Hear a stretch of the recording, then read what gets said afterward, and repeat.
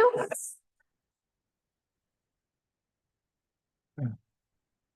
Allegiance to the flag of the United States of America and to the republic for which it stands, one nation, under God, indivisible, with liberty and justice for all. Great. It's December 9th. The time is 7 o'clock. This is a regular meeting. Silverton Board of Trustees. I'll call this meeting to order. Roll call, please, Melina. Trustee Halverson. Here. Trustee Wakefield. Here. Trustee Schnittker. Here. Trustee Gardner. Here. Trustee George. Here. Mayor Pro Tem Harper. Here. Mayor Krieger. Here. Great. Do we have any staff or board revisions to the agenda? A couple of typos, but I'll point those out as we go. Oh, great. Any board revisions? Okay. All right, we'll now open it up for public comment. We invite anybody in person to come make a public comment. You can come to the podium, introduce yourself. You'll have 3 minutes, and then we'll move on to Zoom public comment. If you're on Zoom and you want to click the raise hand button, when we move online, we'll promote you to panelist. So do we have any in-person public comment?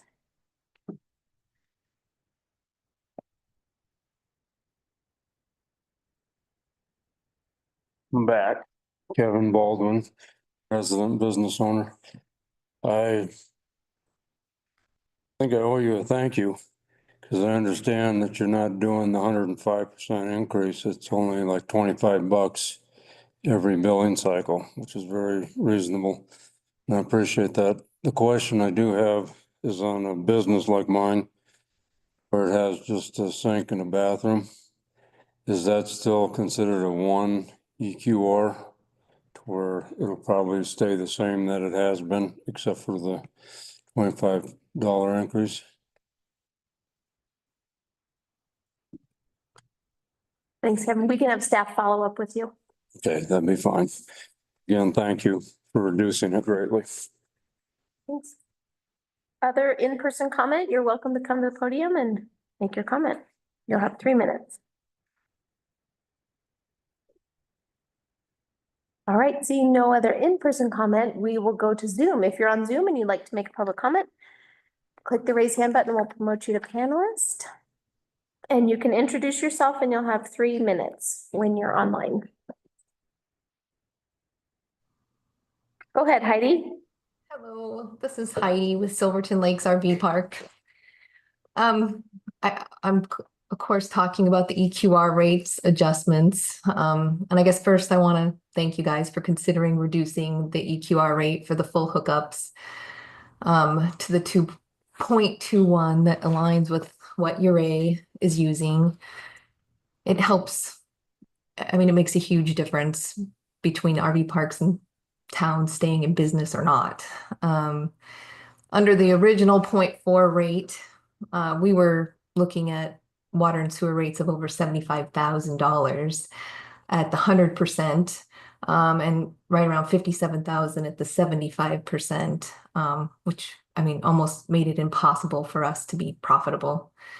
With the reduced rate, we're still looking at right around $40,000 at the 75% and $55,000 at the 100%, which is still far higher than the $25,000 that was originally presented in the EQR impact table. It didn't include our tent and our dry camping sites at all, which was leaving out a major portion of our park and misrepresenting our expected charges to the public and to the board.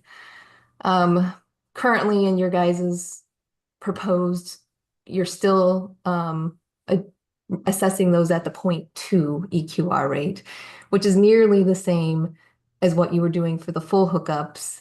And you know, a tent and a dry site is obviously not using as much water as a full hookup RV site. This really only affects us. No, none of the other parks in town have you know, a substantial amount of tent sites or dry camping sites. So it just seems a little crazy to think that we're literally looking at, do we keep these sites open? Right? I mean, kind of crazy when you think, hey, water and sewer is so high that it doesn't make sense for me to stay open in 30 of my sites. With the reduced rate of 0.21 for the full hookup, 0.11 is what the tent and dry camping sites, we would still be around $35,000 a year at the 75% and 47,000 at the 100%. And I know I keep saying the two, but I know at one of your guys's, the first meeting, a lot of you were leaning towards the 100% building rather than the 75%. So it may end up being that way. Quick comparison, we also have an RV park in Texas. We have 3 times the number of full hookup RV sites that we do in Silverton. We have a pool, 23 acres of grass, full-time residents. They're not vacationers taking, a bath once every 3 days. We're open year round, and we average about $28,000 a year in our water and sewer, but that includes our trash service. So I think the other thing that's important is that having a working water meter in our park is essential. We risk a major water loss with a break, but we also risk major structural damage that I think it's important that so obviously we would love to be charged just on our water usage, rather than this EQR. But I do understand you guys needing to make a decision and making some changes immediately. And I do understand that the hopes are to move towards metering, and hopefully that will be where we're at in the future. So I'll leave it at that. I do appreciate what you're already doing for the full hookup sites, but I really urge and request that you also take the same consideration for the dry camping and the tent sites, again, that affect Silverton Lakes. I mean, I know you don't have everybody else, hounding at you for this, because it really does only affect us to the 0.11, which is what Uray uses. So I thank you again. Your time is up, but thank you for your comment. Do we have anybody else on Zoom who would like to make a public comment? And again, just to note for the public, we certainly appreciate the comment at the beginning of the meeting. You're welcome to make those comments. Just to note that we will be discussing the EQRs as part of a public hearing. So if you want your comment to be kind of recorded as part of that public hearing, I would encourage you to make your public comment then, which is coming up shortly. But certainly this public comment is part of the public record and the recorded meeting. But we will be having a formal public hearing about the EQRs and the budget a little bit later in our agenda. Do we have any more public comment online?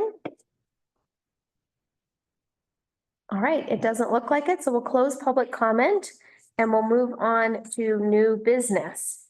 So this will be new business 4A, our public hearing resolution 2024-29, a resolution of the town of Silverton, Colorado to implement equivalent to residential rates, EQR, for water and sewer rates. We'll hear from staff. We can again take public comment about this particular item, and then we'll have trustee discussion and deliberation. Thank you, staff. Go ahead. You. All right, John, I'm going to kick it off to you. Oh, we can't hear you.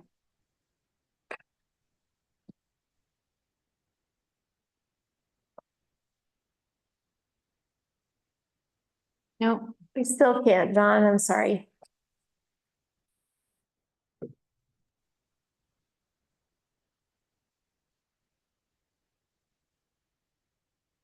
Is he frozen? Mhm.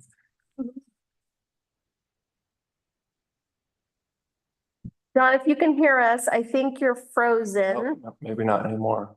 I see him breathing. Oh, we see you. No, it's just very still.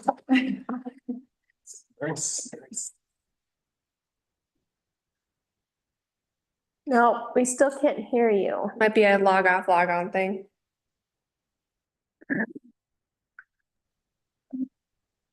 Yeah, Is it sorry. all volume or? Jim, do you want to Nope. see if we can hear you? We could hear Heidi. Oh, yeah. Yeah. Can y'all hear me? Yeah, we can hear Jim. We could hear Heidi. Sorry, John, it's just you.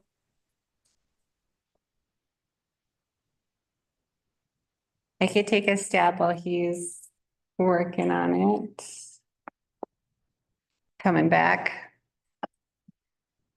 Or we can wait for him, either one. Really your preference. I'll leave it up to staff. Well, during our October 28th work session, staff presented EQR rate options that considered implementation of EQR base rates to meet our capital improvement needs.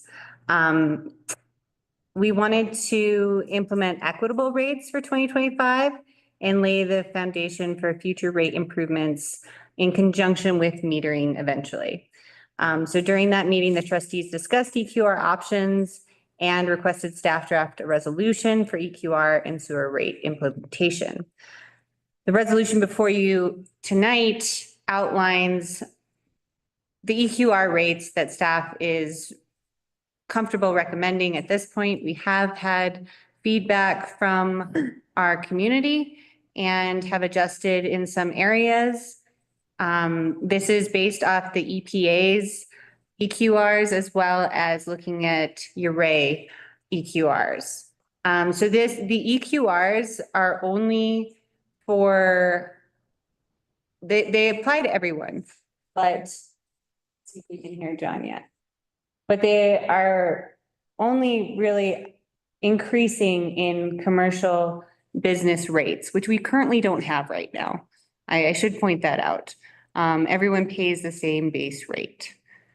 So the residents will not be, can we hear you now, John? No. No, still not. Sorry. Looks like you're gonna have to run over here. Or if you call in without video, maybe. I don't know.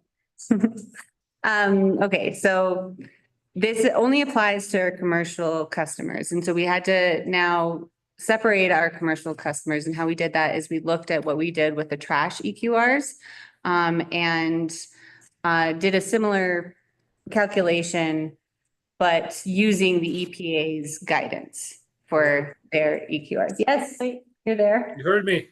Yeah. All right. John, I got through the first couple of paragraphs of the memo. Yeah, I heard most of it. Okay. It sounds like you're doing just fine. I know that Gloria knows this. Gloria and Steve both know this, and you all have seen this. So basically, you guys have the resolution in front of you tonight. Am I interrupting, Gloria? It sounded like you were doing a great job. I was crushing it. But I just did want to say, I don't know if you had gotten this yet or not, Gloria, that staff had some recommendations to adjustments of the EQRs that were more in line with URA when it came to camper sites with full hookups. That seemed very reasonable to staff. We didn't really hash out the 0.1 EQR for dry spots, but personally, I think I could recommend that. So you have the resolution before you that staff was asked to compile, and we have some recommendations about making some changes.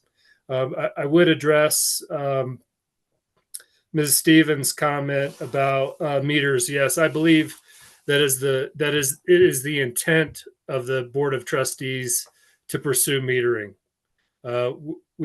Staff believes that that's the final solution. And I wouldn't necessarily say this is a stopgap. I think that this is a good interim solution, but meters are definitely the way to go. But it's going to take a little time to get there.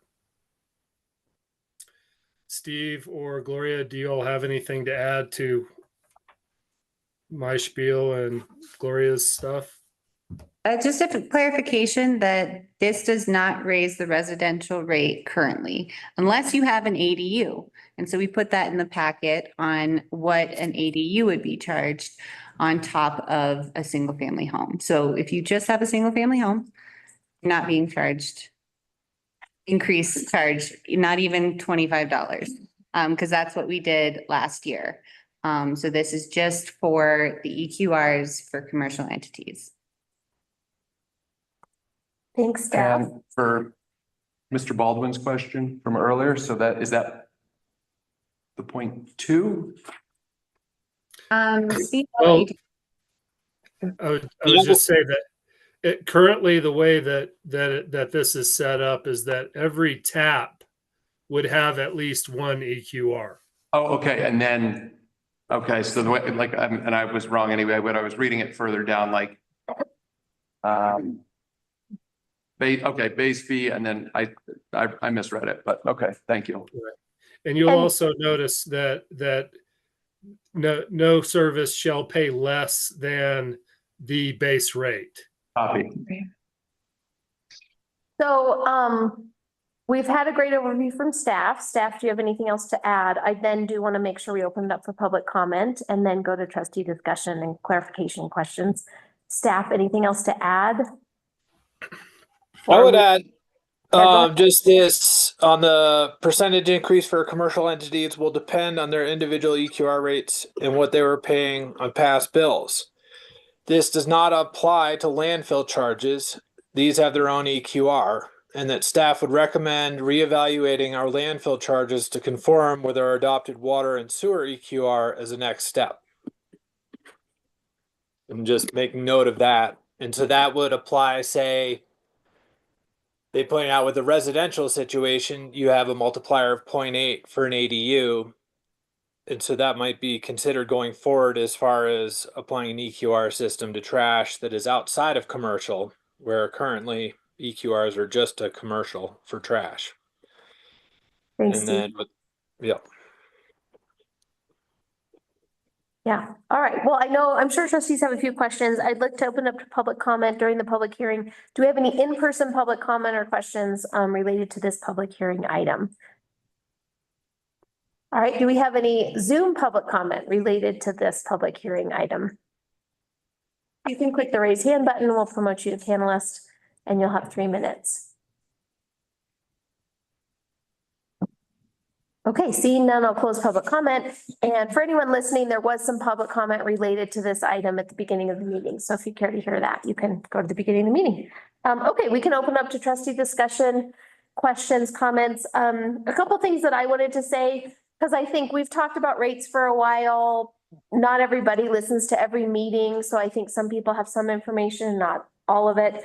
And so I think a couple things that are worth noting when we're thinking about this for the community. First of all, it's kind of inherent that our costs in a small community for these kinds of systems, for our water, sewer infrastructure, are going to be higher per person than a comparable city, right? There's just fewer of us paying a fixed cost, right? The system costs so much money, and there's only 650 of us ratepayers who have to share that cost. So inherently, our costs are going to be higher per person, per user, per resident, per business.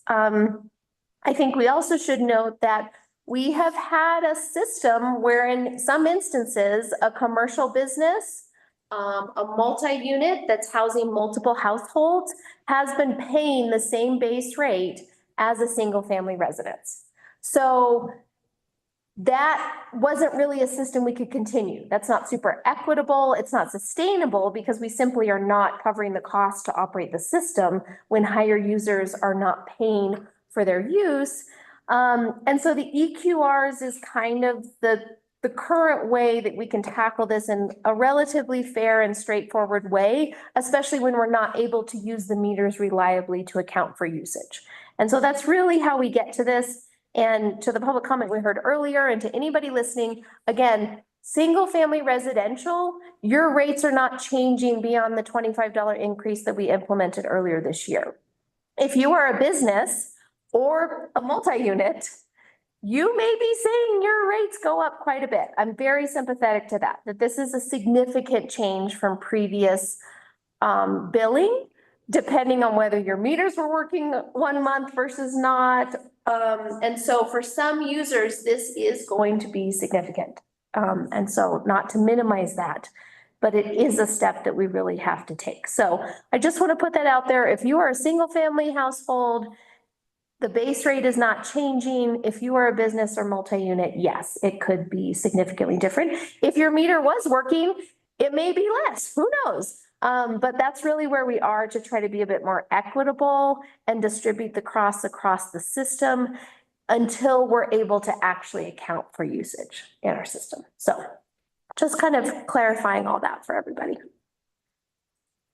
So any questions from staff, for trustees or points they wanted to make from public comment or the resolution? Yeah. I see that for the campground RV sites, we're looking to follow the city of Ray's point 22, the Silverton school. Can I just get some clarification about that? And is that the rate for Ray as well? Or how did we get 3.0? That originally would have come from our original EQRs that we had on the books from plan investment fees. And we did go through and did some comparisons. But I am not sure if that school EQR is exactly the same as Uray or not. I don't have that information in front of me. But we did have some discussion with the school about their EQR and the staff recommendations. Are they in here, Steve? Yeah, it says to lower it to 3.0 if both the gym and the cafeteria are waived. So I was just wondering. Right. There's a little background on that. They understand, this whole thing that we're going through, trying to build up our foundations here and needing funds to do so. And it doesn't sound like they use the showers much at all. Yeah, I was gonna put that out there, like thinking about a school with the gym, like we don't have sports teams, that there's nobody showering in there, right? It's not like a high usage facility that you might see in a different community that has like regular sports teams and locker usage. Right. I was curious about, again, sympathetic to this idea of, I feel really good about where we're getting with the campground sites and the kind of where we've netted out there. Considering the public comment we've received about some of the dry sites, do we have any staff comment on kind of that rate that we have set there at the EQR that we would bill the dry sites versus not? And I'll caveat that to say, if there are any residents, you have an ADU, you are a business owner and you're curious about your rate, please go to staff. They're the ones that can give you the most accurate information about what you're most likely to be paying. So yeah, go ahead, John. I have a comment about the dry sites. And that was something that we didn't look at closely as staff. We looked at the full hookup site, and that one was picked out and brought to our attention by Ms. Stevens. And I was out towards the end of last week, just got back this afternoon. So I didn't have a chance to discuss that with Gloria and Steve, but that really makes sense to me, having not gone into it too deeply. I mean, if you're charging 0.22 for a full hookup, it doesn't really make sense to charge 0.2 for a dry site. That's just my opinion looking at it quickly. Trustee thoughts? And the recommendation was 0.1, right? Well, that would match your raise. 0.1 would match. 0.1 for the dry site. 0.11? 0.1. 0.1 would. 0.11 would retain the half. I think Right. that's the idea. So half of the full hookup. Any trustee thoughts or considerations on that? Again, recognizing John is new to be looking at this, but this idea that for those dry sites, we'd be reducing it to half of what the. I mean, we're kind of basing, modeling EPA and URA, that would make sense. I do think one thing to note, and it might be confusing for folks reading the memo, but just to clarify, so one thing the trustees discussed when we had this conversation for commercial rates is that we recognize that we have a lot of seasonality to our businesses, right? There are businesses that either can't open, won't open, don't open, aren't able to open. We don't have RV parks operating in the winter. And so we also recognized as a board that these systems have to exist year round, right? We as a town, as a community, have to pay for them year round. We can't only pay for them when we want to use them. And so we're kind of trying to navigate this dynamic of needing the year-round systems, but also having businesses and recognizing business owners have seasonality to their economy here. So the compromise with the board was that we would set the EQR rates and then we would bill all of our commercial rate payers 75% of that rate, right? So the EQR sets what your rate should be. And then because of the seasonality of our community, we're only billing all commercial residents, all commercial properties, 75% of that. So your rate doesn't do that. So that is one thing to consider. But I still just think at face value, charging the same, a very similar price to dry sites as to full hookups feels sort of strange. I agree. I'm fine with doing for dry sites 0.11. Other trustee thoughts? Yeah, go ahead, Jim. I was gonna agree with John and his assessment. It has to be fair for everybody and equitable, and understanding that you have sites with meters, sites without meters, dry camping spots, and at the seasonality of the operation. I feel taking all that into consideration gives you the answer that John was, providing for us. Yeah, and again, I really appreciate the engagement of some of our local residences and businesses to kind of share what this means for them. Obviously, staff has put a ton of thought and time into this and done a whole variety of case studies and tried to be as thoughtful as we can. And again, it's kind of working out the devil's in the details. This is how the sausage gets made here with this. So appreciate the feedback we've gotten so far, and thank you, staff, for listening and taking it into consideration. So I'm seeing nods about this idea about the dry sites being a lower EQR rate. Is there any opposition to this approach or recommendation? No? Okay, all right. I'm not hearing any opposition. Any other trustee clarification or questions on the EQRs as they're proposed in the resolution?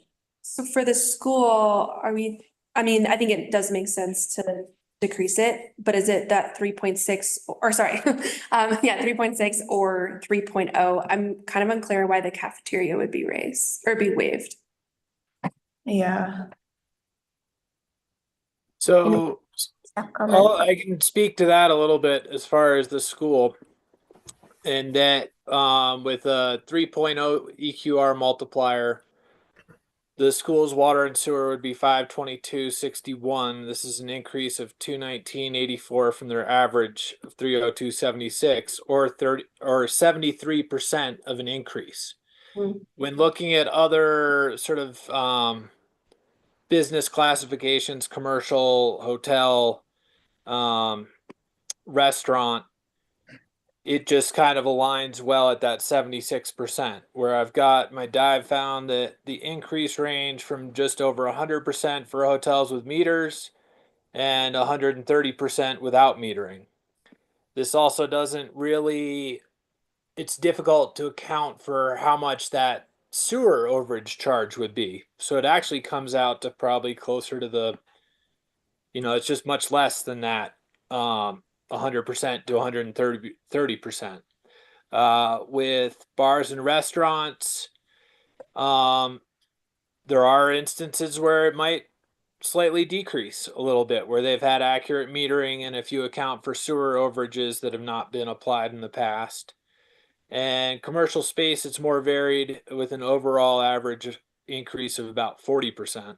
And so in there's not a lot of examples and data, but that's using what we have. So that 73% for the school seems to be very much in line with what other commercial entities are going to be experiencing. And Steve, just a clarification, that 73% would be the 3.0 EQR. Yes, correct. Thanks. Did you follow up on that? Okay, yeah. So it's just more about the percentage increase versus like the cafeteria isn't in use kind of thing. Yeah. Sounds like it. Okay.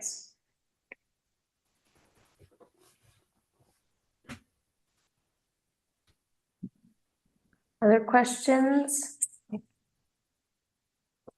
It's been a lot of good hard work from the committee, from staff.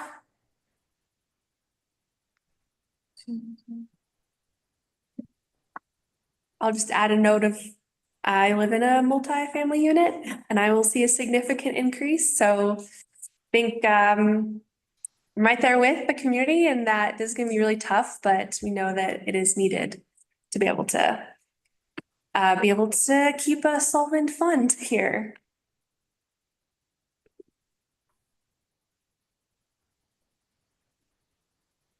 Doesn't affect a wide swath. So it sounds like where we're getting out is if we wanted to make a motion, could we add in the changes of the reduction in the dry site to point, are we saying 0.11? 0.1. Right, 1-1, right? 0.11. And doing the school at the 3.0. Okay, so So we do have in your packet, on page 24, we have those provisions outlined what staff has recommended, and you could add on that 0.11 for the dry sites. right, and so we're changing the campsite with full water and sewer from 0.4 to 0.22 and dry sites from 0.2 to 0.11. Right, okay, Yeah, you should be able to read it pretty much as it's written. You'll just have to add the dry site. yeah, great. Great, would someone like to make a motion? I will make a motion to adopt resolution 2024-29, a resolution to implement equivalent residential rates, EQR, for water and sewer rates, with the provisions that the EQR multiplier in classification 3, the EQR rate for each camper park site with full water and sewer service, be changed from 0.4 to 0.22. The EQR rate for each camper park site without full water and sewer service be changed from 0.2 to 0.11. And the school EQR will be set at 3 by omitting the gym and cafeteria. Second. Roll call please, Melina? Trustee Albertson? Yes. Trustee Field? Yes. Yes. Trustee Gardner? Yes. Trustee Yes. Pro Tem Harper? Yes. Mayor Cranker? Yes. Great. Thanks, staff. Thank you guys for your work on this. This is a big step forward for infrastructure. Thank you. And community members, if you have questions on your rates, again, see staff, call town hall. But for residential, unless you have an ADU, shouldn't be changing. Okay, moving on to agenda item 4B, resolution 2024-30, a resolution appropriating additional sums of money to defray expenses in excess of amounts budgeted for the town of Silverton. Okay, so you've heard my spiel before in the Housing Authority meeting, but I will repeat it again for those watching this meeting. So as part of organizing the Silverton Housing Authority as a fund of the town of Silverton, we have separated it out into its own fund that acts as a minor enterprise fund like the library. Typically, we do a supplemental budget if we have overspent in our expenses from what we budgeted. In this case, we did not overspend, but we are making a new fund that was not identified in our original town budget. So this resolution documents the creation of that new housing authority fund. And since the expenses were intertwined with the general fund this year, the accountant broke out what made sense for the fund this year. And we have created a more separation of accounts in 2025. The 2025 housing authority budget will be reflected in the next agenda item.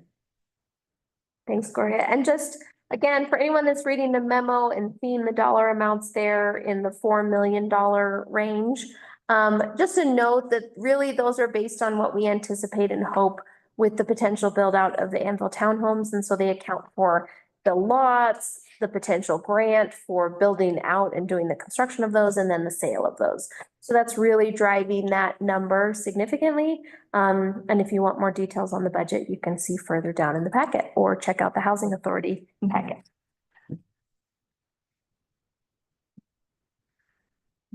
I'll make a motion to adopt resolution 2024-30, a resolution appropriating additional sums of money to defray expenses in excess of amounts budgeted for the town of Silverton, Colorado.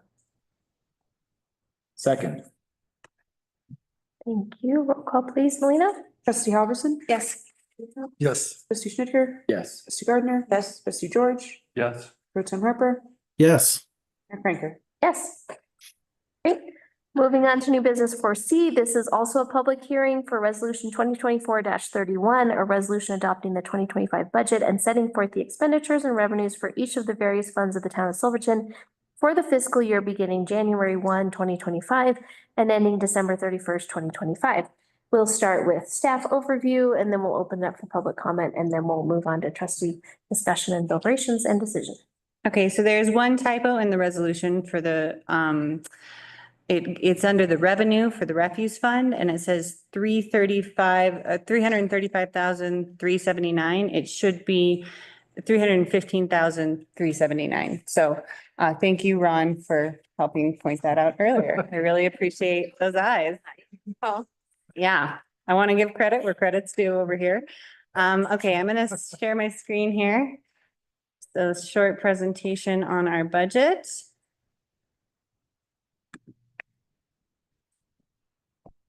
And consent.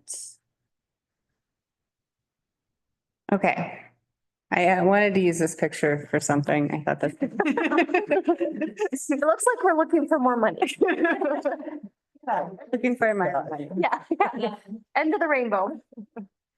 So this year, going into 2025, we are keeping the lights on and keeping people employed, while we also have a slew of projects that we are continuing on and finishing up. We didn't get to do a trustee retreat this year, so I'm kind of taking what we've been doing, moving it forward, and we're going to be doing our trustee prioritization in February now. So this is what we're planning on. Our wastewater capital improvements is replacing our sewer collection system. This is funded through USDA loan and grant. We have a water capital improvements, leak detection system installment on fire hydrants. This is funded through COSIPA grant. And it is also accounted for in the water fund, as we are paying upfront for 5 years, but I can explain that in a minute. We plan to update our development standards after the new land use code is adopted. We have electric grid resiliency project ongoing since we were awarded 200,000 from the Department of Energy, and we are planning on a battery bank for 4 hours right now. Land use code final adoption is set to happen in early of next year. If you're interested in that, there's a planning commission meeting tomorrow night. Cleanup of Lackawanna and Zanoni property. This is funded by EPA and Brownfield grant. We have our affordable housing projects ongoing, which is supporting the housing authority, the Anvil Townhome projects, cleanup of Zanoni property. And then we also have some historic preservation projects that we're doing, which is working with our certified local government status, and then continuing to look for funding for that library renovation project. We are also moving forward, finalizing our engineering plans for a perimeter trail and seeking more funding for that. So kind of a high level of what we plan to accomplish next year within the budget that we have. But here's kind of a general overview of our general fund. As you can see, we'll look over here on if you see this little, oh, you can't see. Oh yeah, you can see my little pointers. Okay. So we have our ending fund balance of in 2023, which was about $1,116,139. This we had budgeted to spend down by 700,000. We only spent it down by 463,000. It's good we did, because there was an accounting error that basically I had thought that 500,000 was accounted for in or outside of that, but it's actually in that fund balance. So our ending fund balance is 652,000 projected for the end of this year. We would like to see that to be 25% of our revenues. And so we want to build that back up to about 900,000. As you'll see though, we did, as I was doing the budget, the EPA let me know that we are expecting at least 177,000 for the last 2 years of transportation impact fees. So I had to add that into the budget. It does make our ending fund balance look really nice, But what I'm saying is that does need to go into a capital outlay for streets. So that is going to get taken out. So our true ending fund balance is around 816,000. So if we really want that 25% of our revenue, we want to continue to save while filling out that stuff for capital improvements too. And I think we can balance that moving forward. But I kind of wanted to point that out. It does look like a healthy ending fund balance and exactly where we need to be. But I want to say with a huge caveat that there's 177,000 there that needs to go into a capital outlay for our streets. Any questions on the general fund? Oh, wait, I can't do that yet. Sorry, do that later, okay? And then moving on to the water fund. We are now, we've basically doubled our surplus. So this year's surplus was 25,000. And next year's surplus will be 47,000. And this is with the anticipated EQRs as well as the rate changes that happened. Our rate study suggested that we need about $250,000 in savings every year to keep up with our capital improvements. So while we are now in the black, we are nowhere near where we need to be. But we are making strides. Same with the sewer fund. As you can see, this year was going to be a negative fund balance going into it. But we're hoping to come out of it with a positive fund balance. And next year, we do have an actual surplus coming in this sewer fund to help make that sustainable. As you can see, it's this graph is grossly disproportionate because we did in 2023, we did budget for receiving the USDA funds, and we're not actually doing the project until 2025. So we did receive the USDA funds, but we're not spending them until 2025. The graph on the top is all the expenditures. And it gives you an idea of what we're spending our money. For the refuse fund, we are now in the black. Congratulations. Very excited about that. The EQRs worked. We had a projected ending fund balance. Well, we had a fund balance at the end of 2023 at a negative 32,000. We did inject more money into it this year, about 106,000.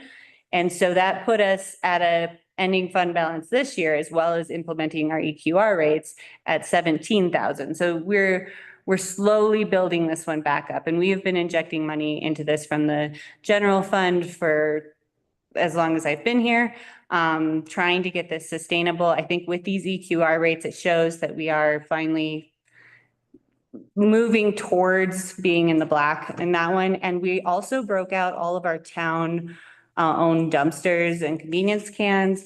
And now the refuse fund charges the general fund for those. So it's not being subsidized by individual rate payers. So that's an important note there. Okay. Mullis Park Fund, we do have a very healthy ending fund balance in this fund. We're at about 314,000 at the end of this year and projecting to increase that modestly, depending on where you guys end up with the rate increases at the very end of your packet. But 339,000. So I don't want you guys to forget about this chunk of money here. Yes, some of it does need to go back into Mullis, but it can also be used in other areas. So we can transfer funds from an enterprise fund back to the general fund. We just can't transfer general fund to enterprise fund.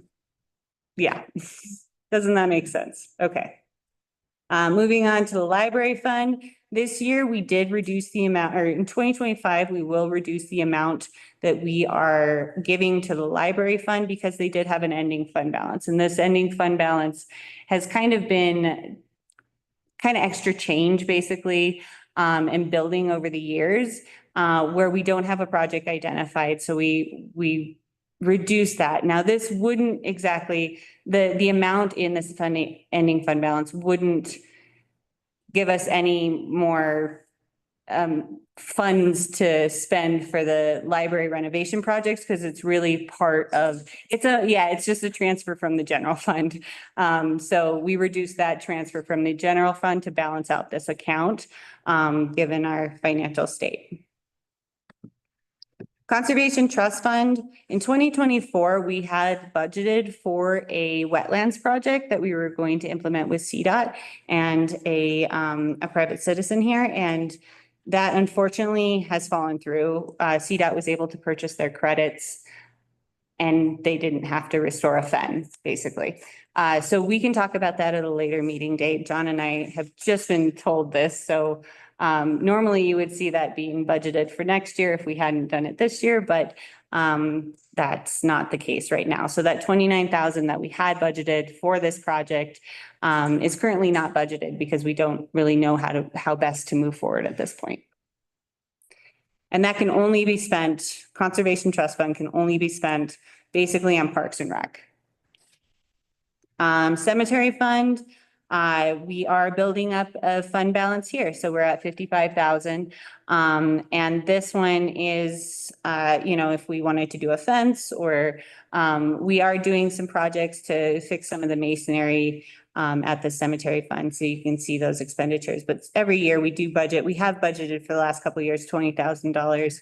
And I reduced that this year because it looks like we'll be around $6,000 or $5,000 over here. So overall, we did reduce. Actually, I should have said this in the general fund, but we reduced a lot of these. You can go back. How do I go back? All right, so you'll see here in this revenue and expenditures, we increased revenue, and that was largely because of the traffic impact fee, the transportation impact fee by 94,000 increased for 2025, but we decreased expenditures about $1 million for 2024. Really trying to balance it back out and save up for those, first of all, for our emergency reserves, and second, for those capital improvements that you'll see at the end of this presentation here. So we did create one more fund. It's the Housing Authority Fund, and it's new this year, so I don't really have any graphs on it yet. And then we do have our capital improvements plan included in the budget.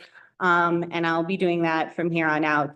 As we build up, my real big goal for 2025 is building out this capital improvements plan, creating a plan for each one of these projects on how we're going to fund it, where those funds are going to come from, and creating line items in each one of our funds so that we save for these projects.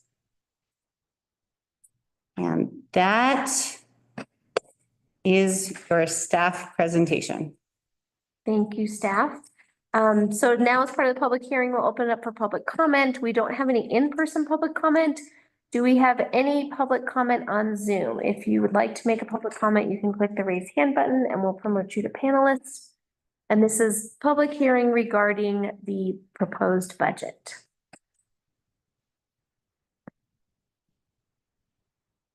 Okay, seeing no public comment, we'll close public comment. We'll open up to trustee discussion deliberations. I always have an overview to say, so I'll give my spiel. I was just reflecting on this, and I was reflecting on my time being on this board and then from originally starting as a trustee. And I just have to say, I'm really proud of our staff and the boards that have come and this board. When I joined the board as a trustee, many of the things that we're seeing come to fruition, whether it's with the Housing Authority or all these infrastructure projects or things at Kendall, were just a hope that we had. And, we're nearing the final stretch of our land use code, which has been planned for years. We've enjoyed a lovely season at Anisi Park. Thank you, Sarah.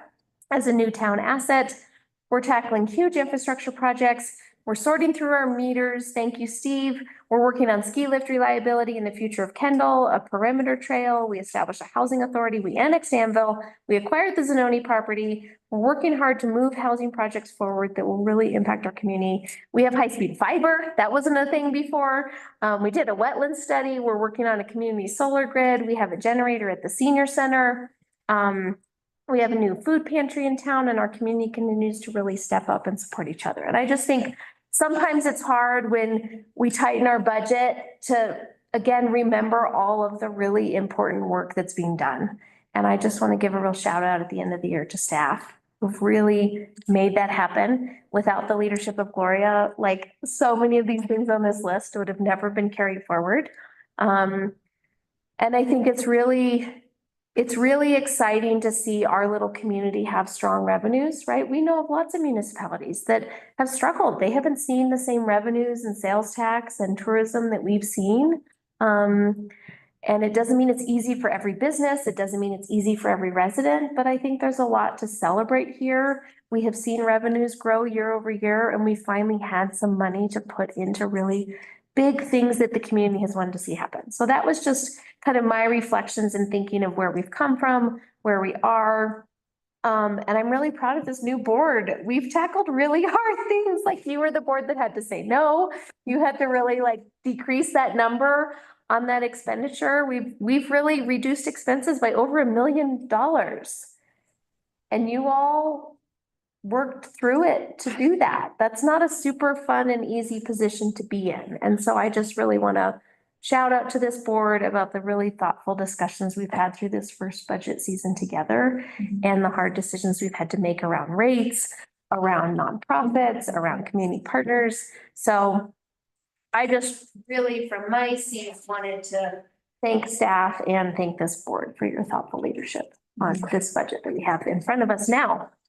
And Gloria, every year I go through budget season, you bring new transparency and thoughtfulness. Thank you.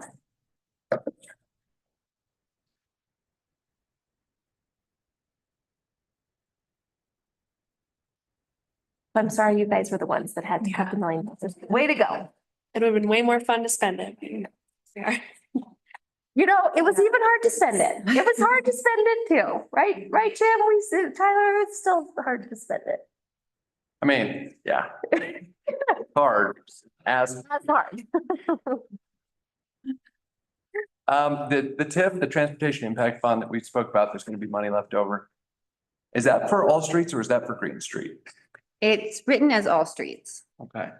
I thought like the objective was kind of. And it does say green streets and streets. So I reread the Okay. solution, but when we create that GL code, we'll make sure that it's very clear. Okay. That it's just green, or do we want it all street? Well, no, but the price tag that's going to be coming up on Green Street, because it's our only paved street, we'll probably take all of that money. Sure. But then after that, I That's- imagine, Yeah. then it might be, okay.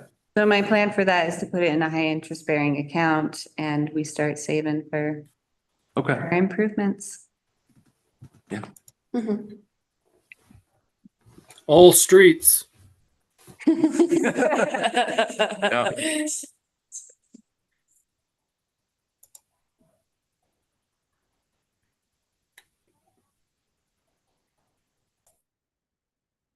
Yeah, I think for me as a new town board member, it was shocking and tough, to make all these cuts and to make cuts for nonprofits specifically, because we still do support them. But looking at it, tightening the budget, balancing the budget will help us out this year and for the future boards, future years. So I think it's needed and you guys did a great job with it too. I think your prioritization is on the money. Around keeping people and services. People are so important. And I think we've heard some public comment around staff increases, and I'll again be bullish in that's really important and key to keeping retention. And we know that costs have just gone up exponentially. And even if you look at that 3%, that's still relatively less money than people were making last year. So if it were up to me, it'd be more, but 3% seems to be standard. And again, if we looked at many surrounding communities that are just a little bit bigger than ours, they would have 2 people for almost every one of our people at town hall. I've looked, I've done the research. So, and everyone should, be able to live here affordably. And in years past, when they haven't been increased, like that shouldn't have happened. Like people should be paid for their value and their work.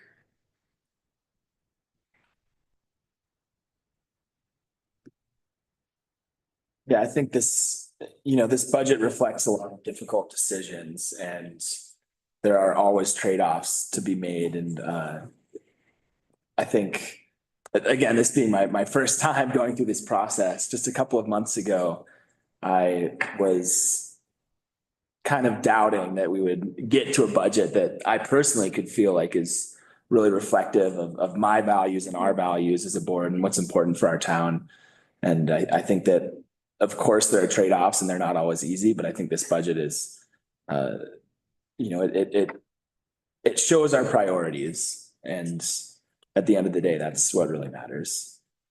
Doesn't mean that there aren't other things that we could include or wish to spend on, but the reality is that the most important things are here and that we've balanced the budget, and that's something to be proud of. So thanks, staff, for your hard work to make that happen.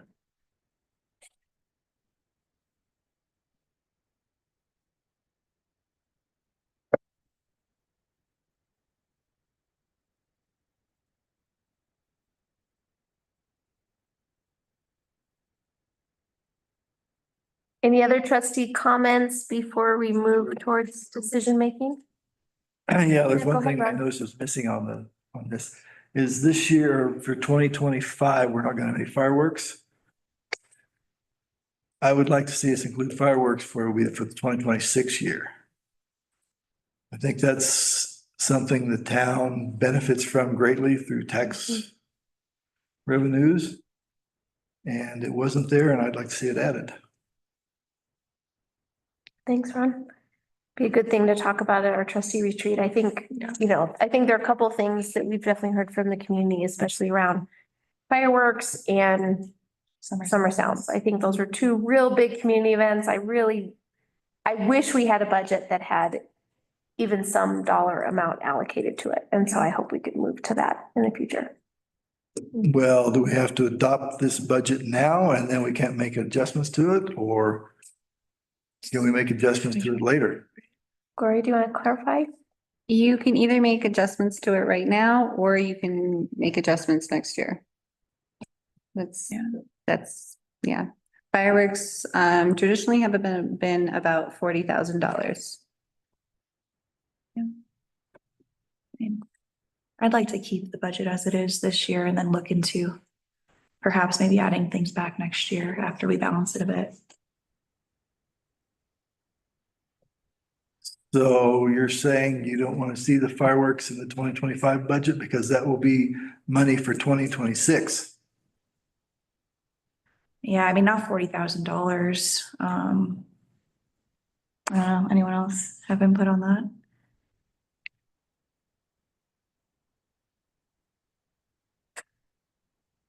Generates a lot of revenue.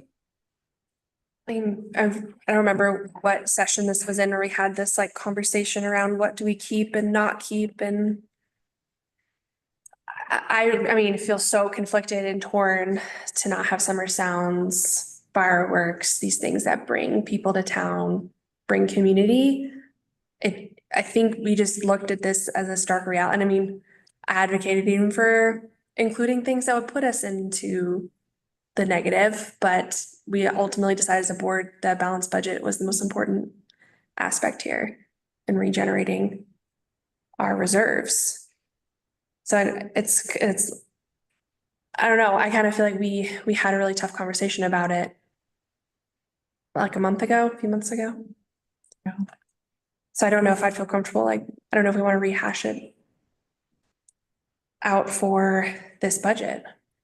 There is money in the budget there is money, there's excess money and there is money for that. Chose to do that. I think it might be helpful, or this would be my suggestion, because we talked about this when we talked about what we knew our final actuals would be going into the new year, right? We still haven't even closed out our year this year. That maybe we could have some of that prioritization conversation at the retreat as part of our retreat discussion. Because I do think we talked all along about, and this was kind of the signal we gave to our nonprofit partners, that again, if you look at the town board line items, we're at like $30,000 and we used to be spending $80,000 because we used to be giving $50,000 to our community partners. And that didn't even include things like fireworks. And so I think maybe we want to center this in a conversation where we talk about all the priorities. Gloria, we do have the option where we can approve this budget. We could have a conversation in February.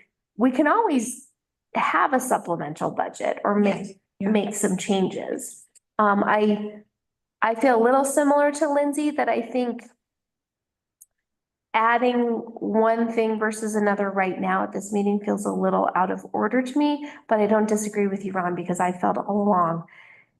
And I've asked Gloria over and over, can we just throw a couple $1,000s at each of the, like something in the line item where we could work with our fire department partners, work with the creative district to make these two big events happen that seem like really capture the spirit of our community throughout the summer. My sense right now is that it probably makes the most sense to have that discussion when we kind of know what our actuals are for 2024 and we kind of sit in with it.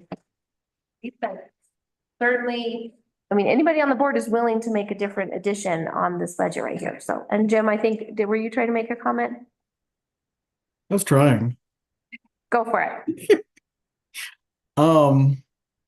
I commend Ron for what he's saying. This has been an arduous process. This has been a time in recent years of where we've had to really buckle down and be honest with ourselves and be honest with one another about what's important and how we do our highest sense of right with regards to the town and the budget and the town's money. It is nice to give to all the organizations. It's nice to give to the fireworks and believe me, I think we've all benefited over the years, whether it's the fireworks or concerts in the park. Right now, doing what's right for the community is to cinch the waist and march forward for the next 12 months or fiscal year, and then readdress everything next year. That's my approach. I do not want to have this conversation again this year. I think we've done an incredible job. Each and every one of us have had input. We need to just call it what it is. It's been a difficult decision process, but we've made it, and we just need to march on. And I think the town will be in a better standing in the future. I really believe that. And it's because of the hard decisions that this board and staff has had to make. Everyone's effort has really been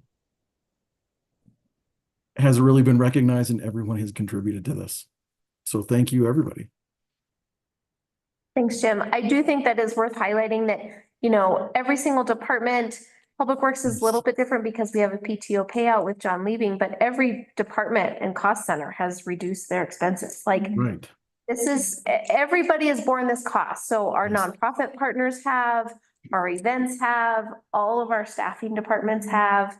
We've seen this across the board. And so I think I would echo your sentiments, Jim, that I feel like we've had those hard discussions. And again, I don't love that we don't get to put some money towards some of these key events. But I do think we've kind of had those hard conversations and gotten to kind of where we are. And by any means, I'm not discounting what Ron has said or Ron's comments. I just think that at this point in time and knowing where we're at and seeing this budget for 2025, we should be extremely proud of ourselves. The departments, staff, each and every one of us, and we're going to be carrying the water for the next 12 months. And the town's going to recognize the sacrifices that we made, and going into the future, we'll be able to do some of these things on a scale, maybe fully fund some of these events or partially fund them. But we need to deal with some of the tough times right now. It's just a part of the process. Yeah. I think it's also important to recognize that we do have some, depending on how our actuals end out and also with how our ending fund balance is and with the traffic impact fees, we have a little bit more wiggle room than we thought. We also have a capital improvements plan that we're seeing and adopting and thinking about, right? And those are multi-million-dollar projects. Again, many of those we will be seeking grant funding, we will be seeking creative sources of revenue, but that can require grant match and et cetera. And so, yeah, I think we really have a prioritization conversation that we need to have. Yeah.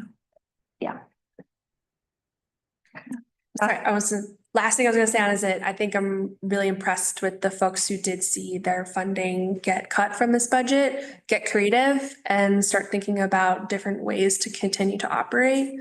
Already seeing Silverton Creative District start to get creative. So I'm impressed already with the community's resourcefulness. Mhm. And the visitor center adapting. It's been hard for everyone. But I think, Jim, your point is very valid that we should, I'm proud. I'm not gonna say what anybody should feel. I feel proud about where we've ended up here. But there are some sacrifices, as Carl said earlier.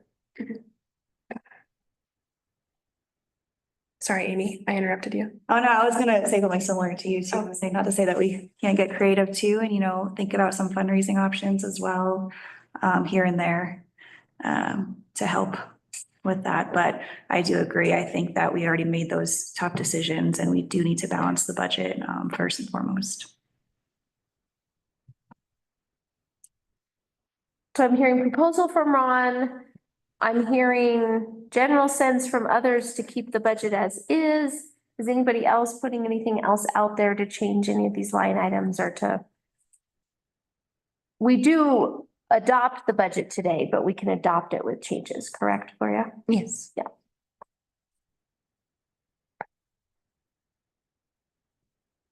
And with the edit in the resolution. Right. And with the edit. You can just say administrative ed.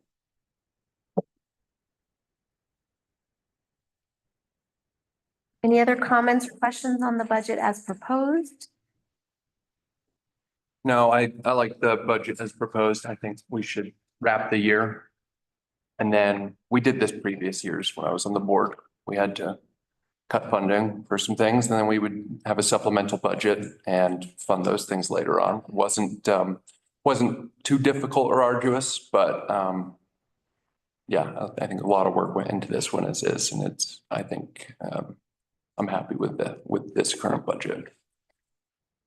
And I think it's actually useful to frame those things in a kind of a separate conversation, because I'm thinking back to our September budget workshop. I think the consensus in the room was that we wanted a balanced budget as this really, really good place to start from. And we have that.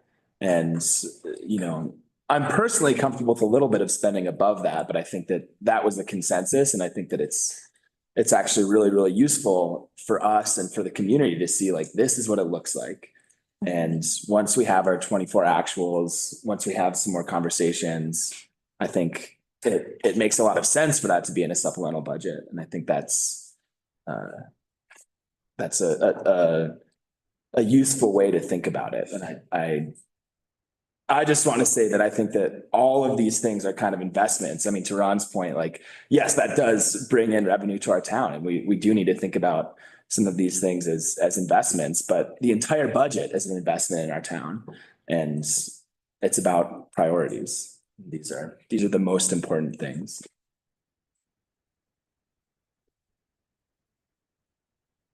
Okay, well, I'm gonna keep us moving. It sounds like there's general consensus on the budget as presented. Unless anyone has anything else to add, it's on page 30.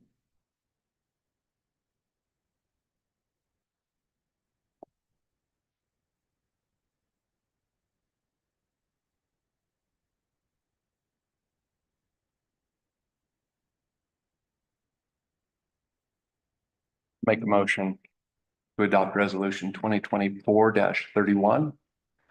Resolution adopting the 2025 budget and setting forth the expenditures and revenues for each of the various funds of the town of Silverton, Colorado for the fiscal year beginning January 1, 2025 and ending December 31st, 2025. Second. With the correction to the Thank you. refuse fund number, Second. Thank you. $20,000 there. Roll call, please, Melina. Trustee Halverson, Yes. trustee Wakefield, Yes. trustee Schnitker, Yes. trustee Gardner, Yes. George, Yes. Sam Harper, Yes. Franco. Yes, Congratulations, board. First budget approval process. Way to go, Gloria. I thought the fourth one would be easier. You made it. Maybe the hardest one. It would just get harder. Yep. Hopefully now, no. Fifth one. Fifth one, Fun. fifth one. Like you've climbed a mountain and now you gotta, use. Thank you, staff. All right, moving on to new business 4D, resolution 2024-32, a resolution appropriating sums of money to the several offices, departments, boards, and other spending agencies of the town of Silverton in the amounts and for the purposes set forth herein for fiscal year 2025.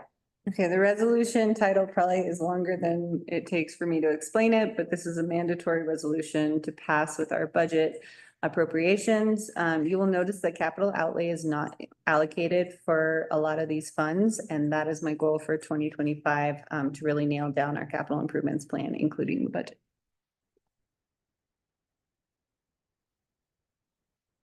So this is administrative. Yeah, we do this every year, right? On page 16. So we'll make the motion to adopt the resolution. Do I need to read it? 2024-32. Okay. A resolution appropriating the sums of money to several offices, departments, boards, and other spending agencies of the town of Silverton in the amounts for the purposes set forth herein for the fiscal year 2025. Second. Okay, roll call, please, Melina. Trustee Halverson, Yes. trustee Wakefield. Yes. Yes. Yes. Trustee George, Yes. Tim Harper, Yes. Franker. Yes. Right, now moving on to 4E, resolution 2024-33, a resolution to certify and levy the 2025 mill levies for the general fund of the town of Silverton. And so each year the board is required to set their mill levy up to the maximum amount that was allowed under a vote. The town receives 10.56 mills on property taxes collected. This year's collection is estimated to be about $4,000 more than last year. We will not see the AMBIL collection until next year. And yeah, I can answer any questions if you'd like. And assessed value comes from the county. Yes.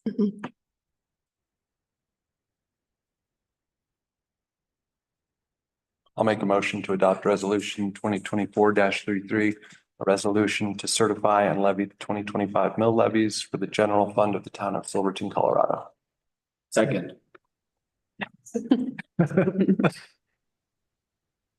Roll call, please, Melina. Trustee Halverson, Yes. trustee Wakefield, Yes. trustee Schnittker, Yes. trustee Gardner, Yes. trustee George, Yes.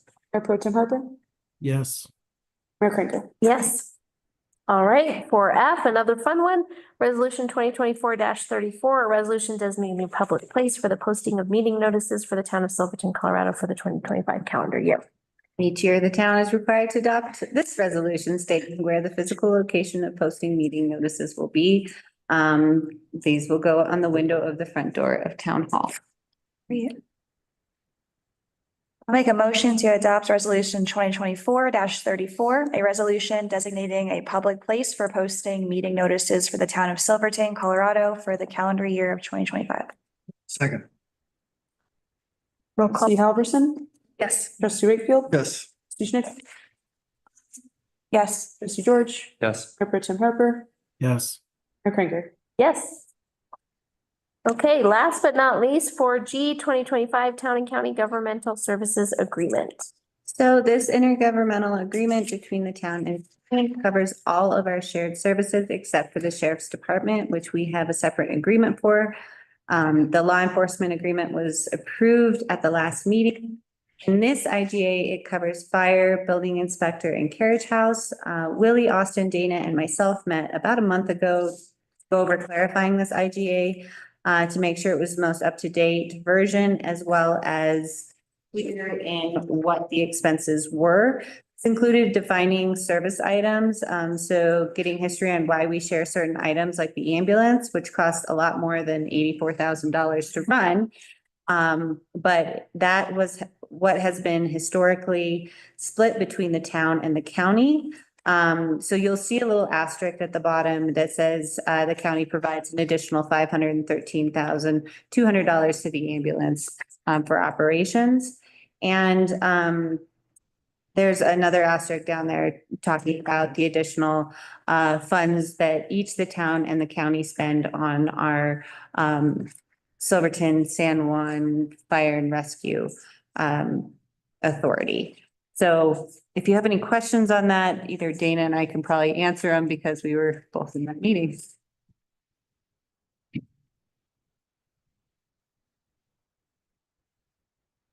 My favorite part about that meeting was when Willie shared the story about giving notice if you anticipate expenses are gonna be quite higher, because one year they had, the whole town was at one bar and got in a brawl and they all got thrown in jail, and so the jail bill that year was really high. It was a shock to whoever was paying that side of the bill that year, so, yeah, so there's a town brawl, and It's really hard to account for jail stuff in Yes. the law enforcement FTA. because you never quite know when those bills are due. What bar? Yeah, that's what I figured. All right. Make a motion for this one? Yes, sorry, I didn't include a memo with this because it would have just had the motion to approve. I'll make a motion to approve the 2025 Town of Silverton, San Juan County Governmental Services Agreement. Second. Roll call, please. Trustee Halverson, Yes. Wakefield, Yes. Schnicker, Yes. trustee Gardner, Yes. trustee George, Yes. Mayor Pro Tem Harper, Yes. Mayor Kränker. Yes. Thank you. I mean, there's a lot of work that went into all that new business. Well done. Okay, moving on to consent agenda. Anything that staff wanted to? Aside from the general consent agenda, you'll find our October financials in there. Highlighted are the expenses that went to the housing authority, so I just thought I'd point that out for you. September sales tax is also in there. A resolution supporting the creative district as directed from the last meeting, and a letter of support for the Blair Street grant that we are applying for this month is also included in your consent agenda. Again, talk about getting creative. Mm-hmm. Thanks for spending time on that, Dana. Oh. But I approved it. It's very well written, so, wow. Thank you, Sarah. Yes, Sarah Moore is helping out with that grant. Yeah. Great.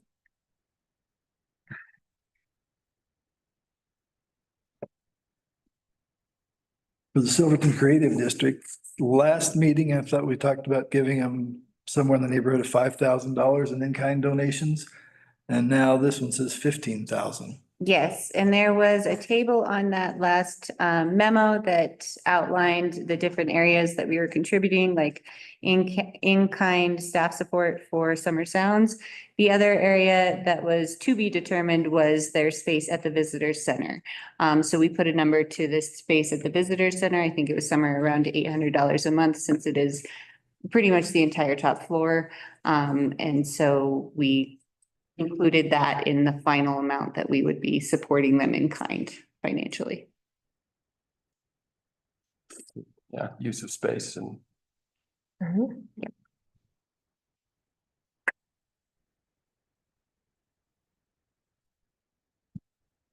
Questions on the consent agenda?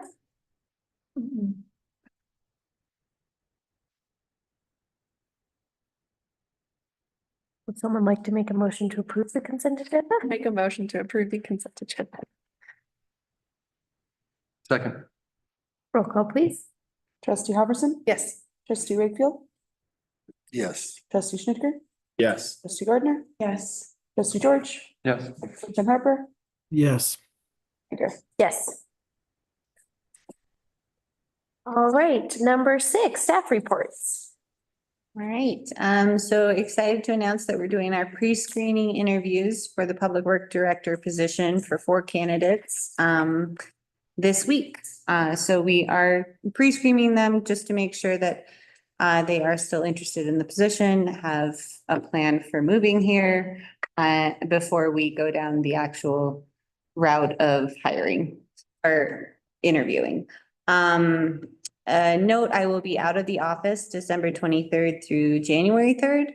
Melina will be the interim in my absence.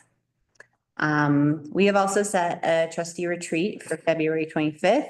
This is a regular meeting date and we'll need to skip in order to hold our retreat. Hopefully we can get the consent agenda items approved and then move on to our meeting. And Kendall's opening day is Friday, December 20th. They'll be open for 2 weeks straight. So season passes are on sale and yeah, we're looking forward to the season. So clarification, you'll be open All the way through. all the way. 2 weeks straight coming up. Silverton children, thank you, and their parents. Silverton children's parents, thank you. Would that include the tubing section? I know you were talking about that. Yeah, right. We have the tubes ready. Oh, sweet.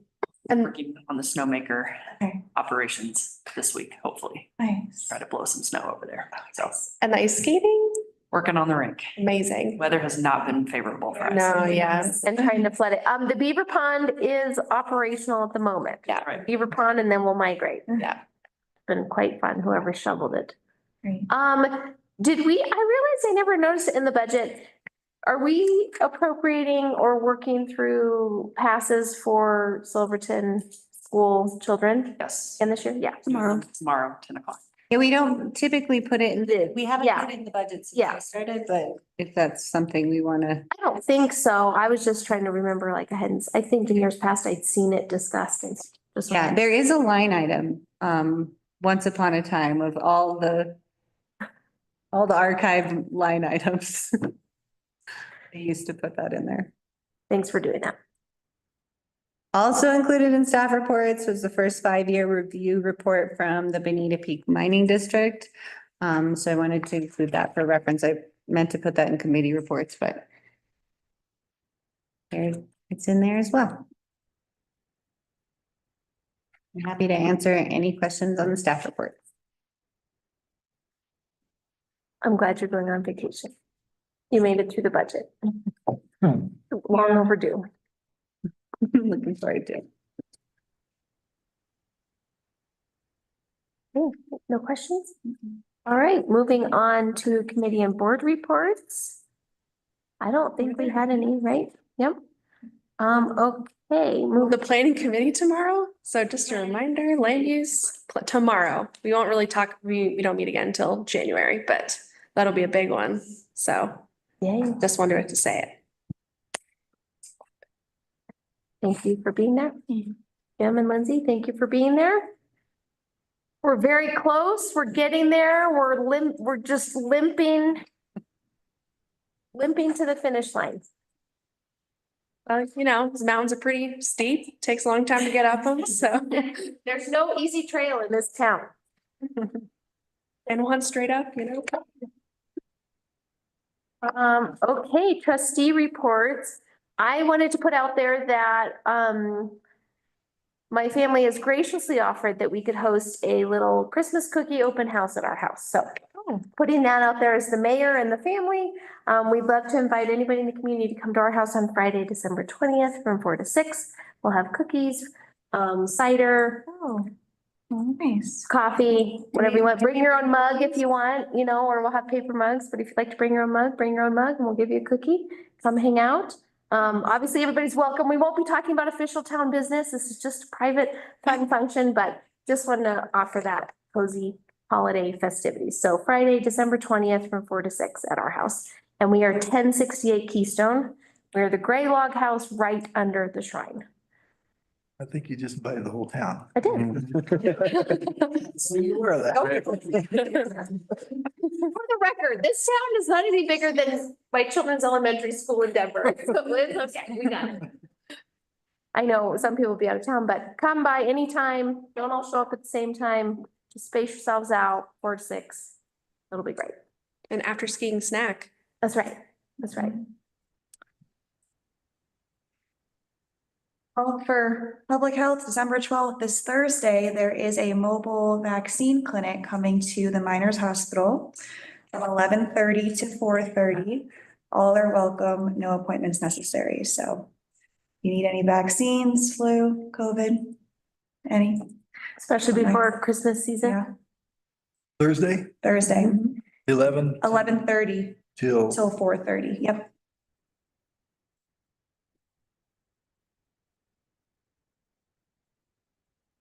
I also wanted to put a shout out to the library in Misty. They have a new food pantry exchange set up. So support from Public Health and the Good Food Collective down in Durango.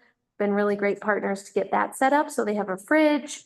There's kind of quantity limits, but really no income or residency restrictions. So just if you're needing a little something more this time of year, or throughout the winter season, they have protein items, meats, breads, butter, and pantry stable items. So check that out. And we're continuing to work on a few more food options for the winter since the mobile market doesn't come up here in the summer. But big shout out to Missy for getting that set up, and any community members that might find that helpful, stop on by the library.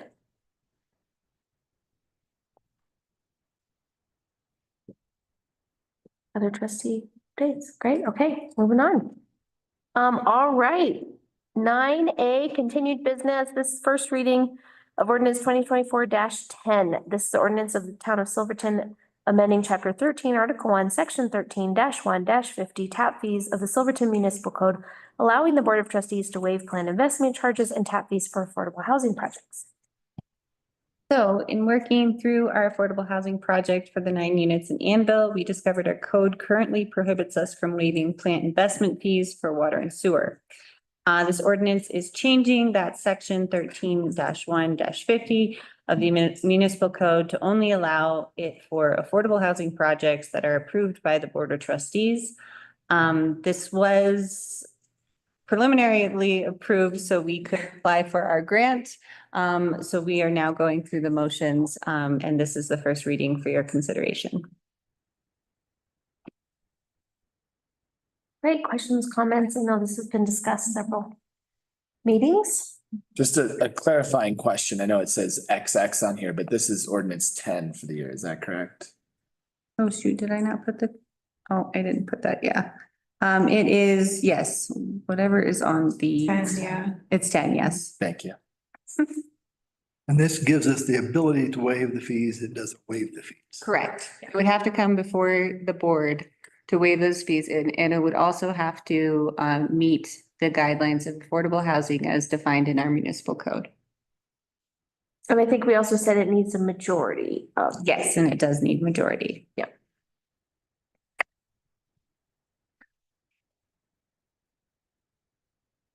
Is there any opposition to amending the code as presented in this first reading? I'll make a motion to approve the first reading of ordinance 2024-10, an ordinance of the town of Silverton amending chapter 13, article 1, section 13-1-50, tap fees of the Silverton Municipal Code, allowing the Board of Trustees to waive plan investment charges and tap fees for affordable housing projects. Second. Thank you. A roll call, please. Trustee Halverson? Yes. Trustee Wakefield? Yes. Trustee Schnitger? Yes. Trustee Gardner? Yes. Trustee George? Yes. Pro Tem Harper? Yes. Ms. Franker? Yes. Great, thank you. Now moving on to 9B, resolution 2024-36, a resolution to amend the fee schedule for Moelis. Great, I'm gonna kick this one over to Sarah.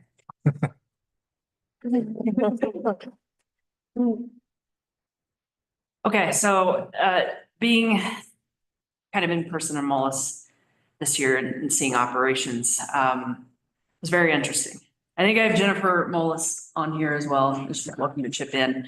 But after kind of seeing, one, how the traffic kind of flowed, some of the gaps that we were missing over there and the amount of work that needs to be done over there, it's substantial. We did do a major repair to our diverter, which basically corrects the flow of water to Moelis. So that was a big project. I needed to focus a lot of our attention into correcting that problem at the beginning of the year. We have major weed overgrow throughout the whole facility. There is no way for the staff that's there now to manage it. We need help on a large scale. We had some security issues this year. We continue to have squatters that kind of come on board. And having just communication landline wise between customer issues, customer complaints, how to manage that with town of Silverton and going back and forth between the campground manager and myself and then my staff and where we can kind of support them. It was a pretty big project this year. I wish we could have been more involved. Jennifer and her staff did an excellent job in maintaining, you know, customer satisfaction. But we did have some complaints that came through. One about the director and changing all the rules, which I didn't change anything. I don't know where that came from. I accepted it and we're making changes now. But we aren't supporting a very large amount of the large scale RVs that are coming in and are being turned away because we just don't have room for them. And the area that Jennifer is addressing is the standard Rock Cliff area that hasn't had a lot of attention, but it's also the area where we can charge the most. So I feel like with a lot of work this summer and a lot of in-house work from my staff personally and the MOLA staff, we can really make some good improvements to that area and support this clientele that's coming in that has the ability to spend this kind of money for this area. Make some. Oh, I think we have a difference in opinion, myself and the campground manager, into what those costs should be. And again, open to conversation. I get very excited and aggressive about what we can make. Doing research about the supporting areas and knowing kind of the operations and where they're going to land within the budget constraints that we had for MOLIS now. There's just a very big opportunity, I feel, to make some improvements to justify the rate increase to some extent. And make it a better experience, but also just sustain what we have going on there. Campground makes a lot of money, and we need to invest that back into the campground site. Just to make it sustainable. So can answer any questions that you guys have about what we did over there with the current budget that we had. But the main issue and priority was correcting the water flow issue and just making sure that her staff had as much support as possible. Again, some minor tweaks, and you guys, you know, can talk through priorities in this, is putting some heaters in the background or in the bathrooms. I think Jennifer was looking for an updated or a reinstall of another toilet. Trash management was a big issue this year. You know, open to ideas about other ways where we can maybe kind of draw things in or scale the pricing on some of the areas that she had concern about. But, you know, day use per car is another idea. But yeah, the management fees for MOLIS in terms of like the website and everything else that goes into it, I mean, those costs are just going to continue to increase. So we have to make adjustments elsewhere. We did 190,000 in sales this year. With the website hiccup. With the website hiccup. How much was that again? Sorry. 190 total for the season. Oh, okay. So customers can book for the 2025 season on midnight. Yeah. January 1st. Yeah. So if we approve these rates, again, knowing how we've approved rates in the past that got us conversations. I'm sensitive to that. These rates, they would go into effect for the bookings for next summer. Yes. And no one's already booked yet for next No. summer. Not Okay. All right, let's do it. They will fall all into the night on New Year's Eve. I had calls up until 4 o'clock in the morning, I think. Oh, wow.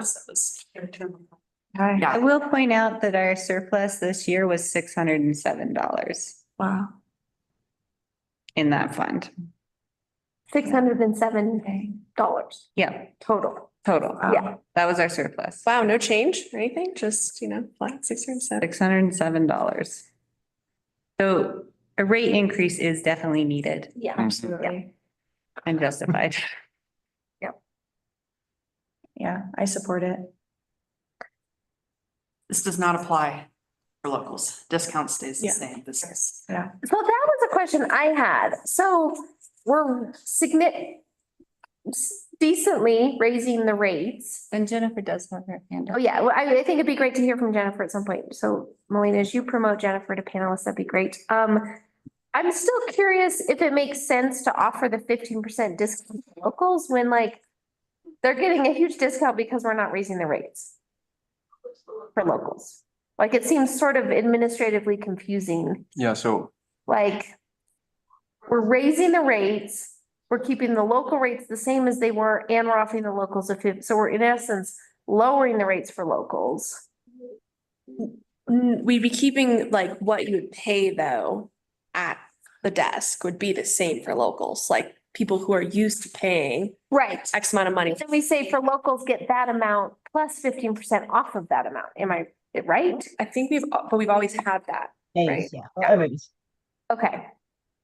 But does it make sense to just I guess we could just. Have a number. have it number? But yeah, Good. yeah. Yeah. That's what you're saying, yeah. Hadn't thought through that yet, just. Yeah. Things that Okay, that's right. right now. Jennifer's being on, I'd love to hear some thoughts and comments from you and if the board has any questions. Thanks for being here.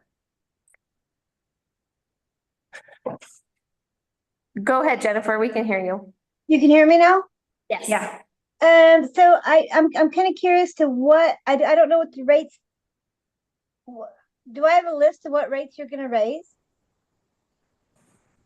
Like, Oh, what sites are what sites are gonna have the rates lifted at? Are you gonna do a whole huge, everybody gets the same amount of a rate lifted? The ones that we discussed on the phone, Jennifer, the small RV going from 25 to 50, the walk-in sites going from 25 to 50, standard Rockcliffe from 25 to 50, premium water view 35 to 70, and ultra lake view 45 to 90. Okay, so the hardest sites to rent are the standard Rockcliffe, okay? And they're at $25 a night. And I have the hardest time ever getting those guys rented at $25 a night because it's like a crappy area. So I really wouldn't want to keep the standard Rockcliffes at 25 right now. And I'd like to keep the walk-ins at 25 right now as well, because they're those two sites, standard Rockcliffe and the walk-ins, are the hardest ones to actually rent out. Now, the ultra RV sites that overlook the whole lake, those right now sit at what, $40? I think we should go ahead and raise those to $60. And I believe with all my heart that we can actually raise the sites that are actually on they're called the premium water views, the ones that are actually on the lake. You know, those run $35 a night right now. Maybe bring those up to $60. The small RV or tent sites, those run $25 a night. I'm all golden for bringing those up to $50. But I'm like, the two hardest parts to rent out are the standard Rockcliffe and the walk-ins. And I don't understand, I don't think that we should raise those up because I can't even barely rent them out anyway. One of the reasons that we have trouble renting out the standard Rockcliffe area is because it's blocked from the highway. Yes, ma'am. To this little island that does overlook the lake. So it's a little bit more. And Sarah, everybody says, oh my God, you stuck me in a construction zone. Because right, so there's an ability for us to put a trail. That we can. That's where they leave all the rocks and everything that they're gonna the grading with. Mm-hmm. It doesn't look nice. The standard Rockcliffe area does not look nice at all. Jennifer, I think one point Sarah was making, it was that if we reinvest some of the revenue into those sites, like in particular, the standard Rockcliffe sites, if we reinvested some of our revenue into those and made them a bit more appealing, would we then be able to charge a higher rate? If we were to make the standard Rockcliffe more, yeah, nicer. And then I have an awesome idea of, can y'all hear me? You're frozen on my side. Can you hear me? Yep. Yeah, we can hear you. Okay. So like where the standard Rockcliffe is, there's the road that brings you into the campground. It's a huge, we're to build a pathway that brings you up on top of that hill and you can overlook the lake, would be epic. That would make the standard Rockcliffe more appealing to people. We can handle that in-house. Yeah, this summer. Thanks, Jennifer. Yeah, that'd be great. Yeah, but I mean, I don't think that we should actually raise the rate at the standard Rockcliffe at all because already it's hard to rent out. And on top of the fact that people don't like it, they can go right across the street to the BLM for free. Yeah. And then come back to the lake and use for free. And yeah. And I'm curious about the days. Yeah, go ahead. oh, I was gonna say in the memo, I think it said that BLM was considering making those paid sites, is that this summer too? And those are what, like 25 or something usually? Not sure. Okay. Okay, then you got Little Moles Lake that's completely free. Putting in the bathroom, like. Yeah. Definitely making the moves. Yeah, totally. That bathroom, we definitely need another bathroom, and I know exactly where it should be. And I bet that's one of the one complaints that Sarah's talking about is we need another bathroom. But that's what was it, Sarah? 49,000? 38. 48,000? 38. That's important. And then for this next summer, if you can bring in that one, the mobile one you have would be great. Oh, yeah, forgot about that. Wait, I know that trailer's been sitting around, Tyler. I know, Jim, right? Jim, we got to bring back the trailer. Yeah, bring it. I know exactly where it can go. Yeah. And we will clean But it. Lois has a healthy balance that we could accommodate. Yeah. All right, that's great, Jennifer. Thanks for the feedback. So it sounds like your main feedback was Standard Rockcliffe and walk-in sites are hard to rent. If we were to raise the rates, we'd really need to do some improvements. We're hearing from Sarah that could be possible. Jennifer, was there anything else you wanted to add before we move on to trustee discussion? It was, I wrote it down. So we're gonna raise the rates, right? I need that to happen ASAP. Yeah. Okay, because yes, Sarah, the reservation system does open January 1st. But we have the school minds that come in. There's like, they rent out 30 sites for 2 weeks straight. And I have to set that before the reservation system opens because God forbid they do it themselves. And so I need to make sure that this rate is all set up with Lynn Pageant right away. Because Okay, next week is when I'm starting my pendings. Yeah. Okay, well, it's on our agenda tonight to make a decision. Yeah. You're definitely welcome to stay on and listen to the discussion. Thank you. Thank you, Jennifer. Thanks for all your work. It's such an asset we have up there. My family really enjoyed it this summer. We had multiple visitors. It's such a special place that you're taking care of, so thank you. Okay, Sarah, any other stuff to add there? This balance between like their sites that already aren't renting so easily, so does it make sense to raise the rates, but you think we can do the improvements and Yes, make them more appealing? I do. Yeah, and that's within the bandwidth of staff and Yes. you do, great. Maybe not managing all the weeds. That's going to be a bigger project, but And what's the timeline for the improvements, I guess? We could have that done before before opening. opening? Okay. Wow. Yeah, the trail, if you get a chance to drive down there, it's Yeah. the area she's talking about is maybe, I don't know, 200 feet from the campground site itself, straight up, and you have a beautiful water view. And again, I just want to point out that this supports the larger trailers that we've had to turn away. Yeah. That quite honestly are very upset that they don't have a place to park, or they made reservations and came and were turned away. Yeah. So we do need to make improvements to that area, but I mean, the trail system and maybe moving picnic tables, and we have a very talented staff that gets really creative with natural landscaping. We'll work on it. We'll make it pretty.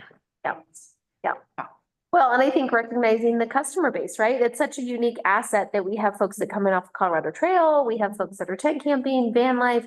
We also have more of these large vehicles that are coming in, that finding ways to accommodate them in that beautiful space. It's one of the most beautiful campgrounds in the state. Absolutely. So it definitely seems like a rate increase is needed. That's the theme of the year, guys. According to the Mullis Lake website, it is voted the most beautiful. Yes, yeah.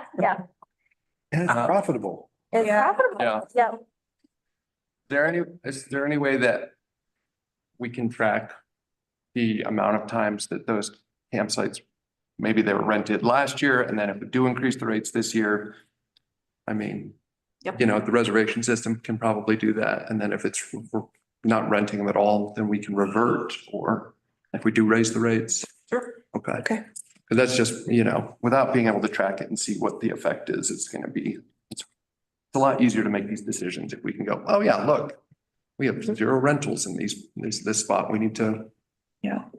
Jennifer sends me a monthly report. Oh, awesome. Breakdown of everything, so Great. pretty all connected.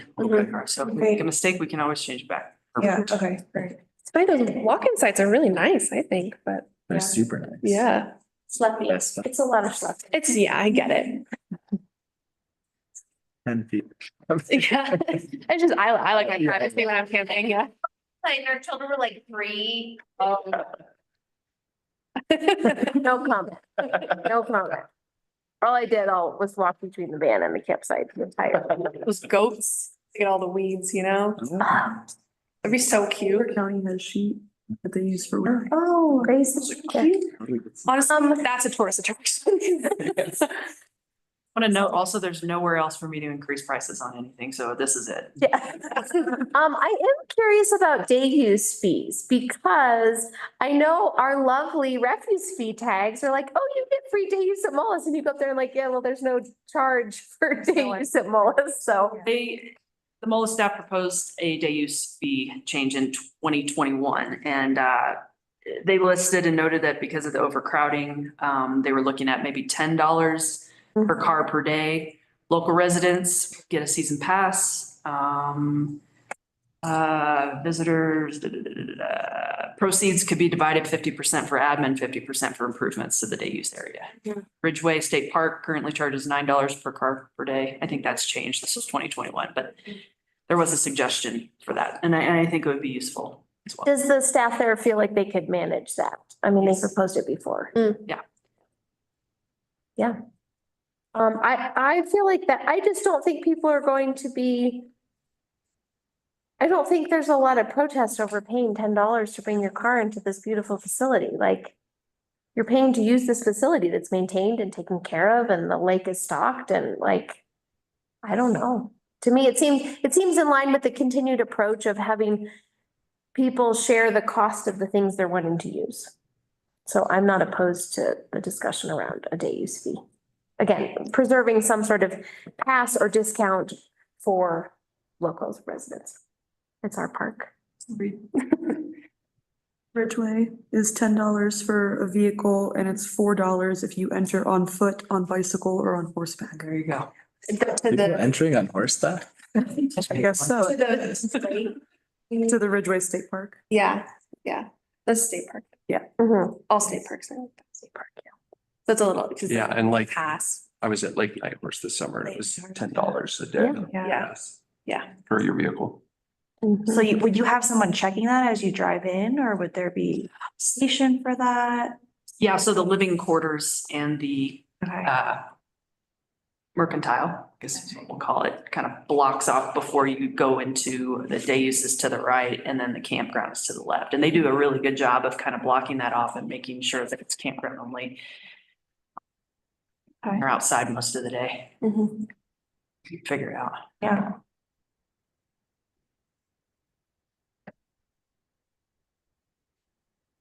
I'm amenable to the walk-in sites not being raised. I don't know. Seems like we're really not getting that many people. Yeah, that's Seems- like that. Yeah, Or even just the smaller rates, call it $40 and that's, $10 discount. and then talking about day use fee, I think is how I'd balance that in my head. I also just think again, maybe I'm just being silly and I just like things to be even, but it's like the 15% discount. Should we just make it all the rate? Like, we're not raising the rates on the locals, but we're raising the rates on everybody else. So I guess locals are getting a 15% rate increase. I don't know. How tolerable is that? On a $25 side, it's $3.75. I don't. How many locals use like the actual facility, like camping facilities? So that's a hard number Yeah. because we don't register locals when they come up, but we were guesstimating at less than 5% of total sales, which is pretty low. Yeah, I think it's not zero, It's not zero. but It's small. yeah, there's a lot of sites people around are using. If you're booking at Mullis, you can probably absorb the 15% increase. That would probably be my. Well, and then I was gonna actually make the counter argument of then if it's not that many people, it wouldn't necessarily have that much of a budgetary impact. Yeah. Cause we're just raising rates on people left and right. If there were one place that I would be like, all right, do we really need to? Big deal. Yeah, like what, 3? Yeah, it's a small proportion. Yeah. I think in our fee schedule, well, I don't know, marketing wise, is it better to say you're getting a 15% discount? Or but you're really you're getting more, this is what I would like. Okay, this is why it's bothering me, because it's not a 15% discount. It's like a 85% discount. Yeah, that's what I wanted to show. I wanted our fee schedule to accurately show it's not a 15% discount. Can we just Let's say? just put 85% discount. For local. We pay the same rates as everybody else with an 85% discount. No, marketing, Hey, look, whatever, We figure it need a win. So, you know, we just Agreed. Yeah, we could. Yeah, you get an 85% discount if you're local. Or Go stay at the walk-in sites. I agree, though. It's a rate. I don't think it's a percentage. I think we say it's a Yes. local rate, 22.75, Yeah, whatever. yeah. I think that makes sense for ease, you know. Yeah. Don't want us to do math. Yeah, exactly. Definitely not.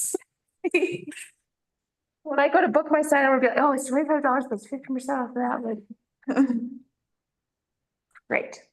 I do want to just strongly agree with Lindsay that I think that the walk-in site should be a little cheaper because they are really nice and I think people should go there and make it a little cheaper, then maybe they will. Cool. Sarah, if you think you can manage the improvements, then I'm not opposed to changing the rates for the Rock Cliff. No problem. Yeah.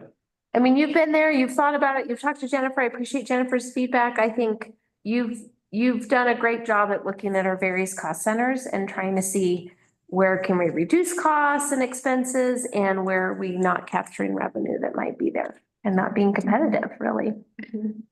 Toilet paper management. Big deal. So for the walk-in sites, are we looking at keeping it the same or like $30, a $5 increase or?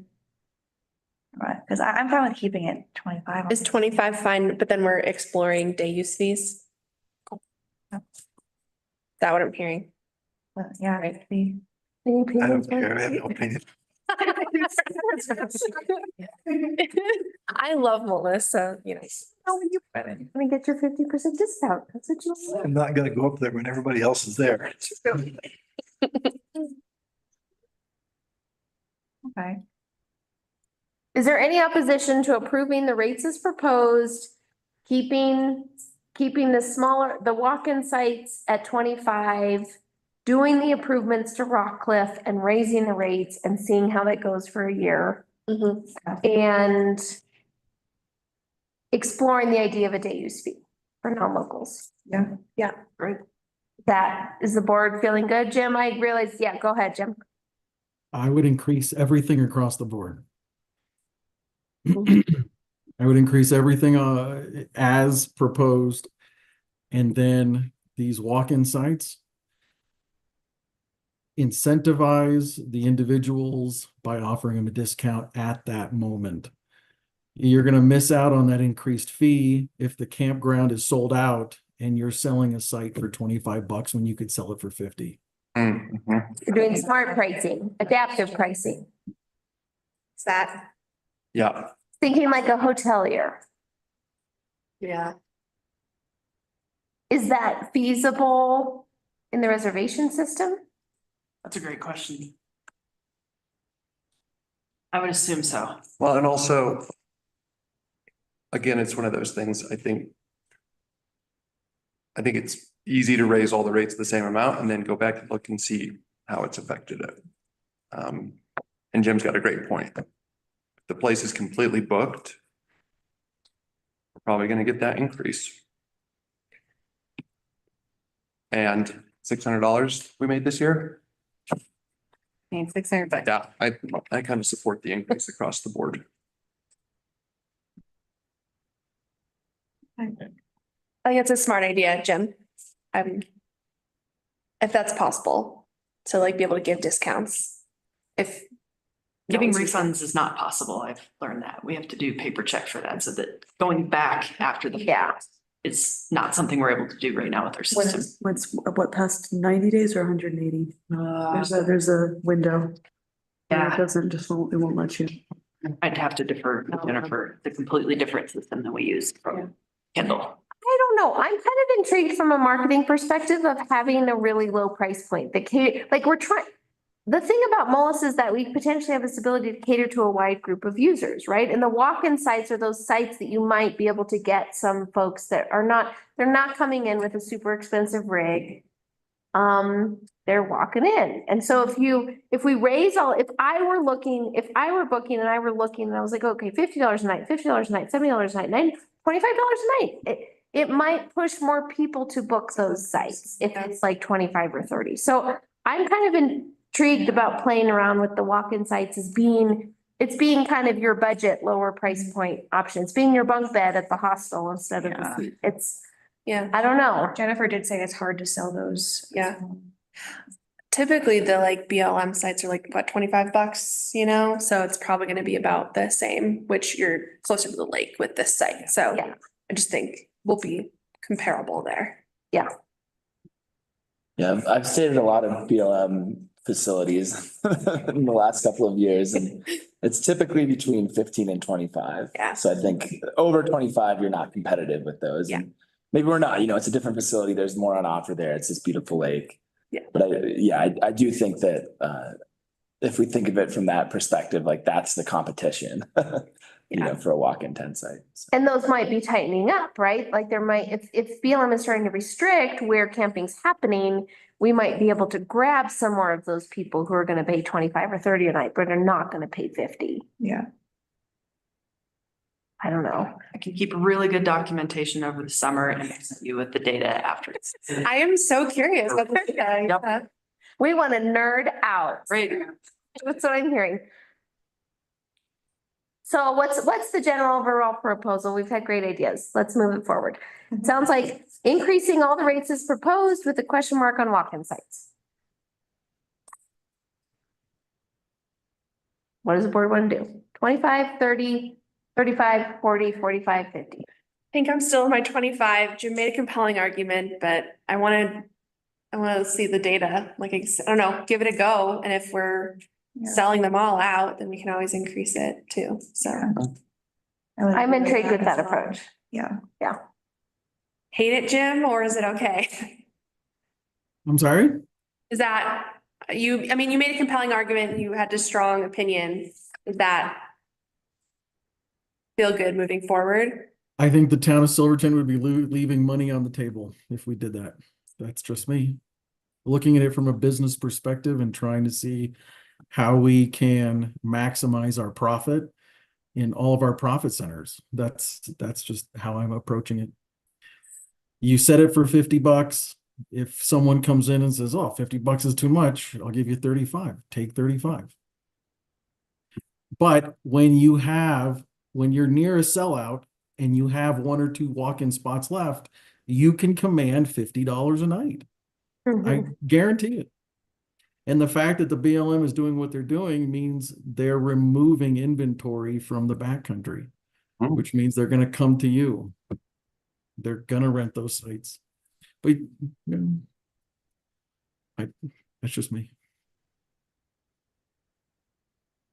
And I do, on a totally different note, I know we're talking about price increases and rates, but prior to the year end, about a month or two ago, I had the opportunity to go through a stack of comment cards for Jennifer and her team, and they were stellar. They were absolutely terrific. The team that we have there, Sarah and her team, everyone, they're doing a great job up there. And we are sitting on an absolute gem, and I think we can take advantage of it. And I don't mean gouging, but what I think charging a reasonable rate, people will pay. I really do believe that. Thanks, Jim. Yeah, absolutely right. With regards to the staff we have there. What do you think, Ron? To me, $25 seems like a lot to pitch a tent, but I guess that's why I don't pitch tents. You get it, soon to be heated bathroom, right? Ooh, the lake. So beautiful. One's like, I can just. With good toilet paper. I just go coffee bear. When they get their campsite, you give them their couple squares of toilet paper. Get four. You get four in the middle. That's worth $25 right there. That's, I'm sorry. What if we were to do something that's somewhat of an increase? And if Sarah and Jennifer and Melina were able to look into this idea of kind of sensitive pricing, like, is that even an option? From a staffing and software perspective? I can't answer for the software perspective. I need to do a little bit more research and have more hands-on training with it. Staffing, yes, we will find the capacity to. Okay. Work on it. It's important. But I do think we are trying to pass these soon, as Jennifer mentioned, like she Yeah, needs to know the rates. I like the idea of the day use charge, so I will focus some attention on that as well. Great. Get creative. All right, what's the number for walk-in sites? Are the walk-in sites full almost every night? She said they're hard to The sell. hardest to rent. Hardest to rent.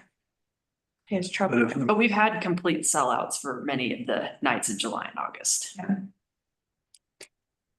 Yeah, and not to throw another wrench in things, but I'm just looking at the website now and I don't think I realized their pricing structure up there. But there's a higher rate for holidays. So that's the doubling. That's on top of like the holiday rate also would be 100% increase. Okay, great. That current structure would translate to the new fees, yeah. Okay, what's that number for walk-in sites? Yeah, Jim, go ahead. Are we allowed to invite Jennifer back to answer some of those questions with Oh, regards sure. to software and stuff like that? Yeah, of course. Yeah, I can't see that far. Melina, we still have Jennifer there? Yeah, great. Jennifer, thanks for still being here. Go ahead. Based on the discussion, you're hearing all the discussion, please add any clarification for us. Yes, ma'am. Oh my golly. The whole deal about being charged for day use, I'm kind of confused on that because I was told back in the day that we can't charge day use if we are stopped by the Colorado fish stockers. Oh, if the lake is stocked? Oh, are there some rules that we don't know Okay. about? I don't know if that's correct because you guys were talking about another lake that gets stocked and they charge $9. But I was under the impression that if we were stocked by Colorado, because Durango comes up and stocks us, we get stocked 8,000 fish every season. Mm-hmm. But it's a state park though, so. Yeah, it's different. We charge people, they won't stop us. So that's something to look into, please, Sarah. Yeah, that's something we can think about. So if Yeah. Sarah looks into the potential for charging a day use, I think that would be a good question mark, is if that's possible. The whole idea of like bringing cars in, oh my golly, you have had people coming to this lake since forever. It's going to be a huge, like, what the heck's going on now? So it's going to be a whole lot more work on my side of every car that rolls in.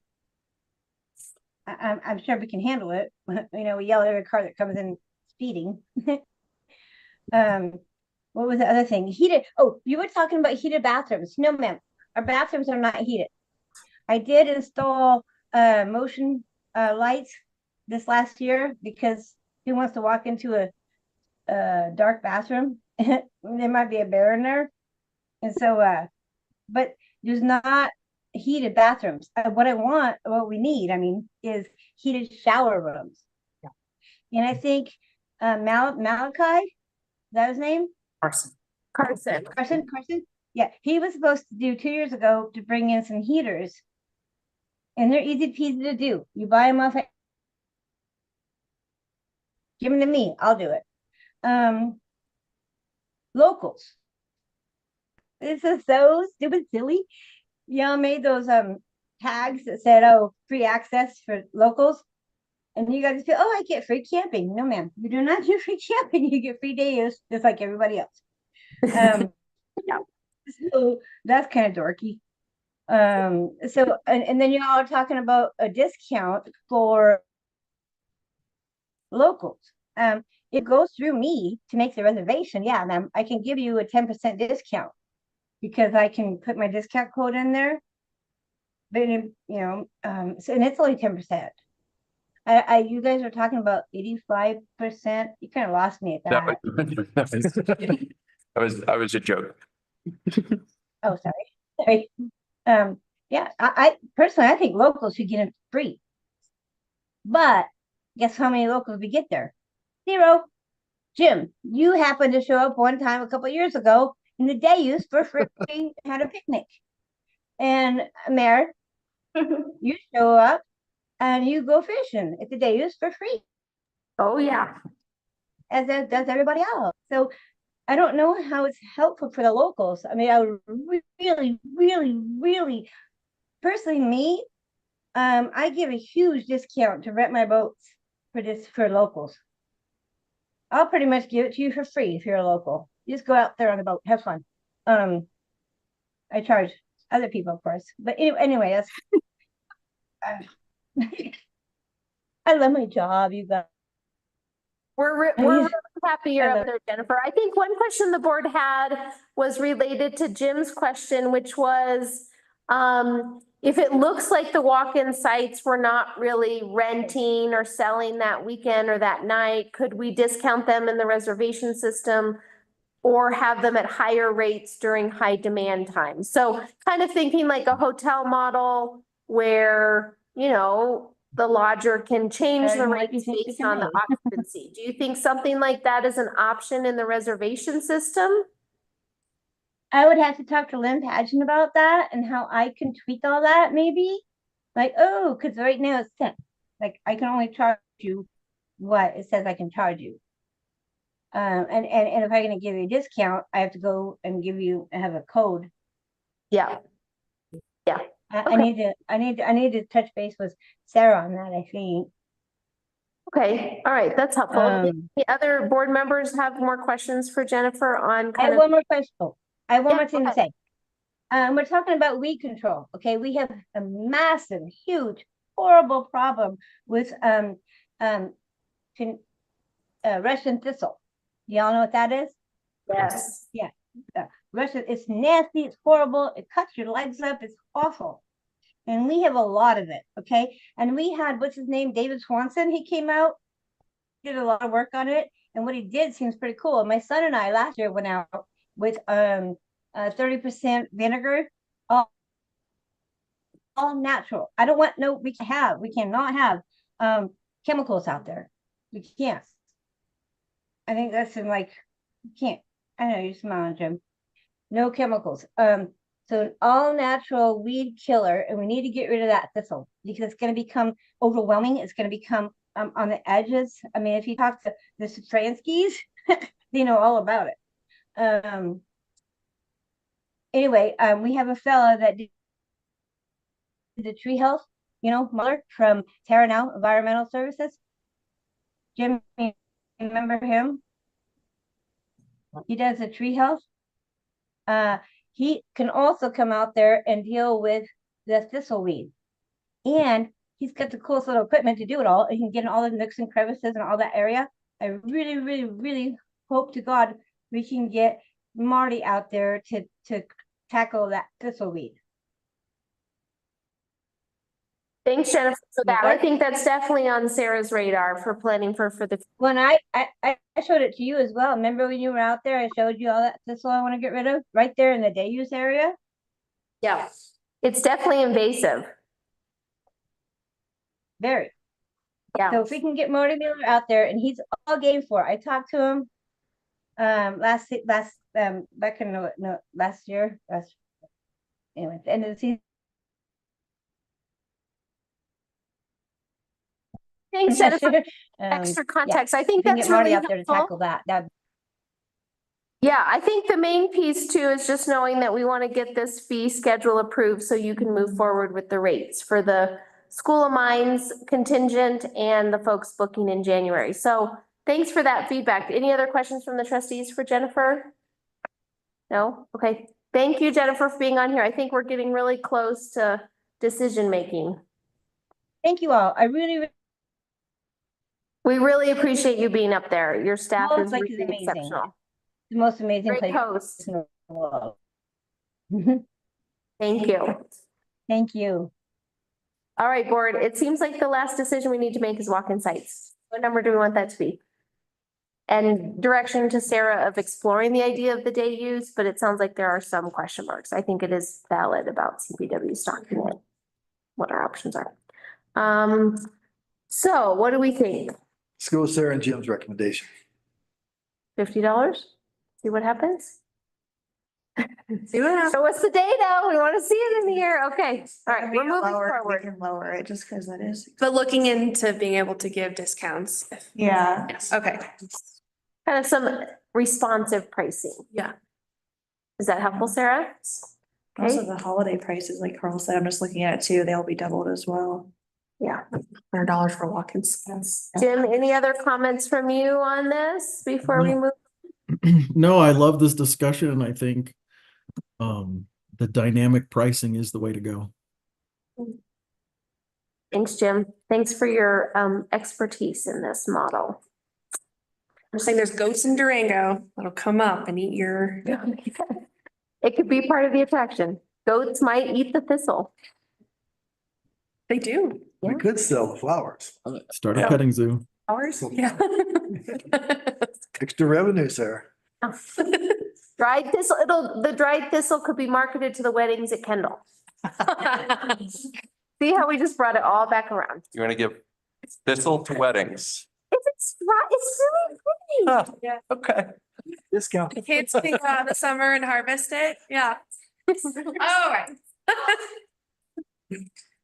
Moving on. All right, so is that clear? Do we need to make a motion? Yep. Yes, this is a resolution. We do need a motion. So it'd be a motion to approve it with staff direction? Or we've just given staff direction on looking into the day use fees? Yeah, you've just given staff direction. Okay. Come back. Approve the motion as it stands. Okay, if anybody would like to. I will make a motion to adopt resolution 2024-36. A resolution amending the 2025 fee schedule for the use of Mullis Lake Campground under the Facilities, Parks and Recreation Department. Second. Okay, roll call please, Melina. Trustee Howe? Yes. Trustee Wakefield? Yes. Dicker? Yes. Trustee Gardner? Yes. George? Yes. Pro Tem Harper? Yes. Franker? Yes. Sarah, thanks for your work on this. Thank you, guys. Really brought a lot of great improvements to all of our assets. Yeah. Appreciate it. Follow up to your question. Thank you. Appreciate it.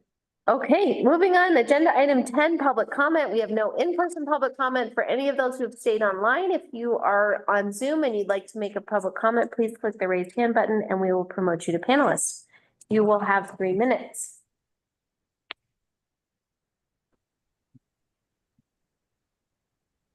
Can you hear me?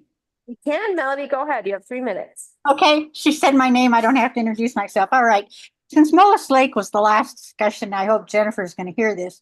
One of the things that we should do for a day use pass is you get 1 day use pass free if you pull thistles another day.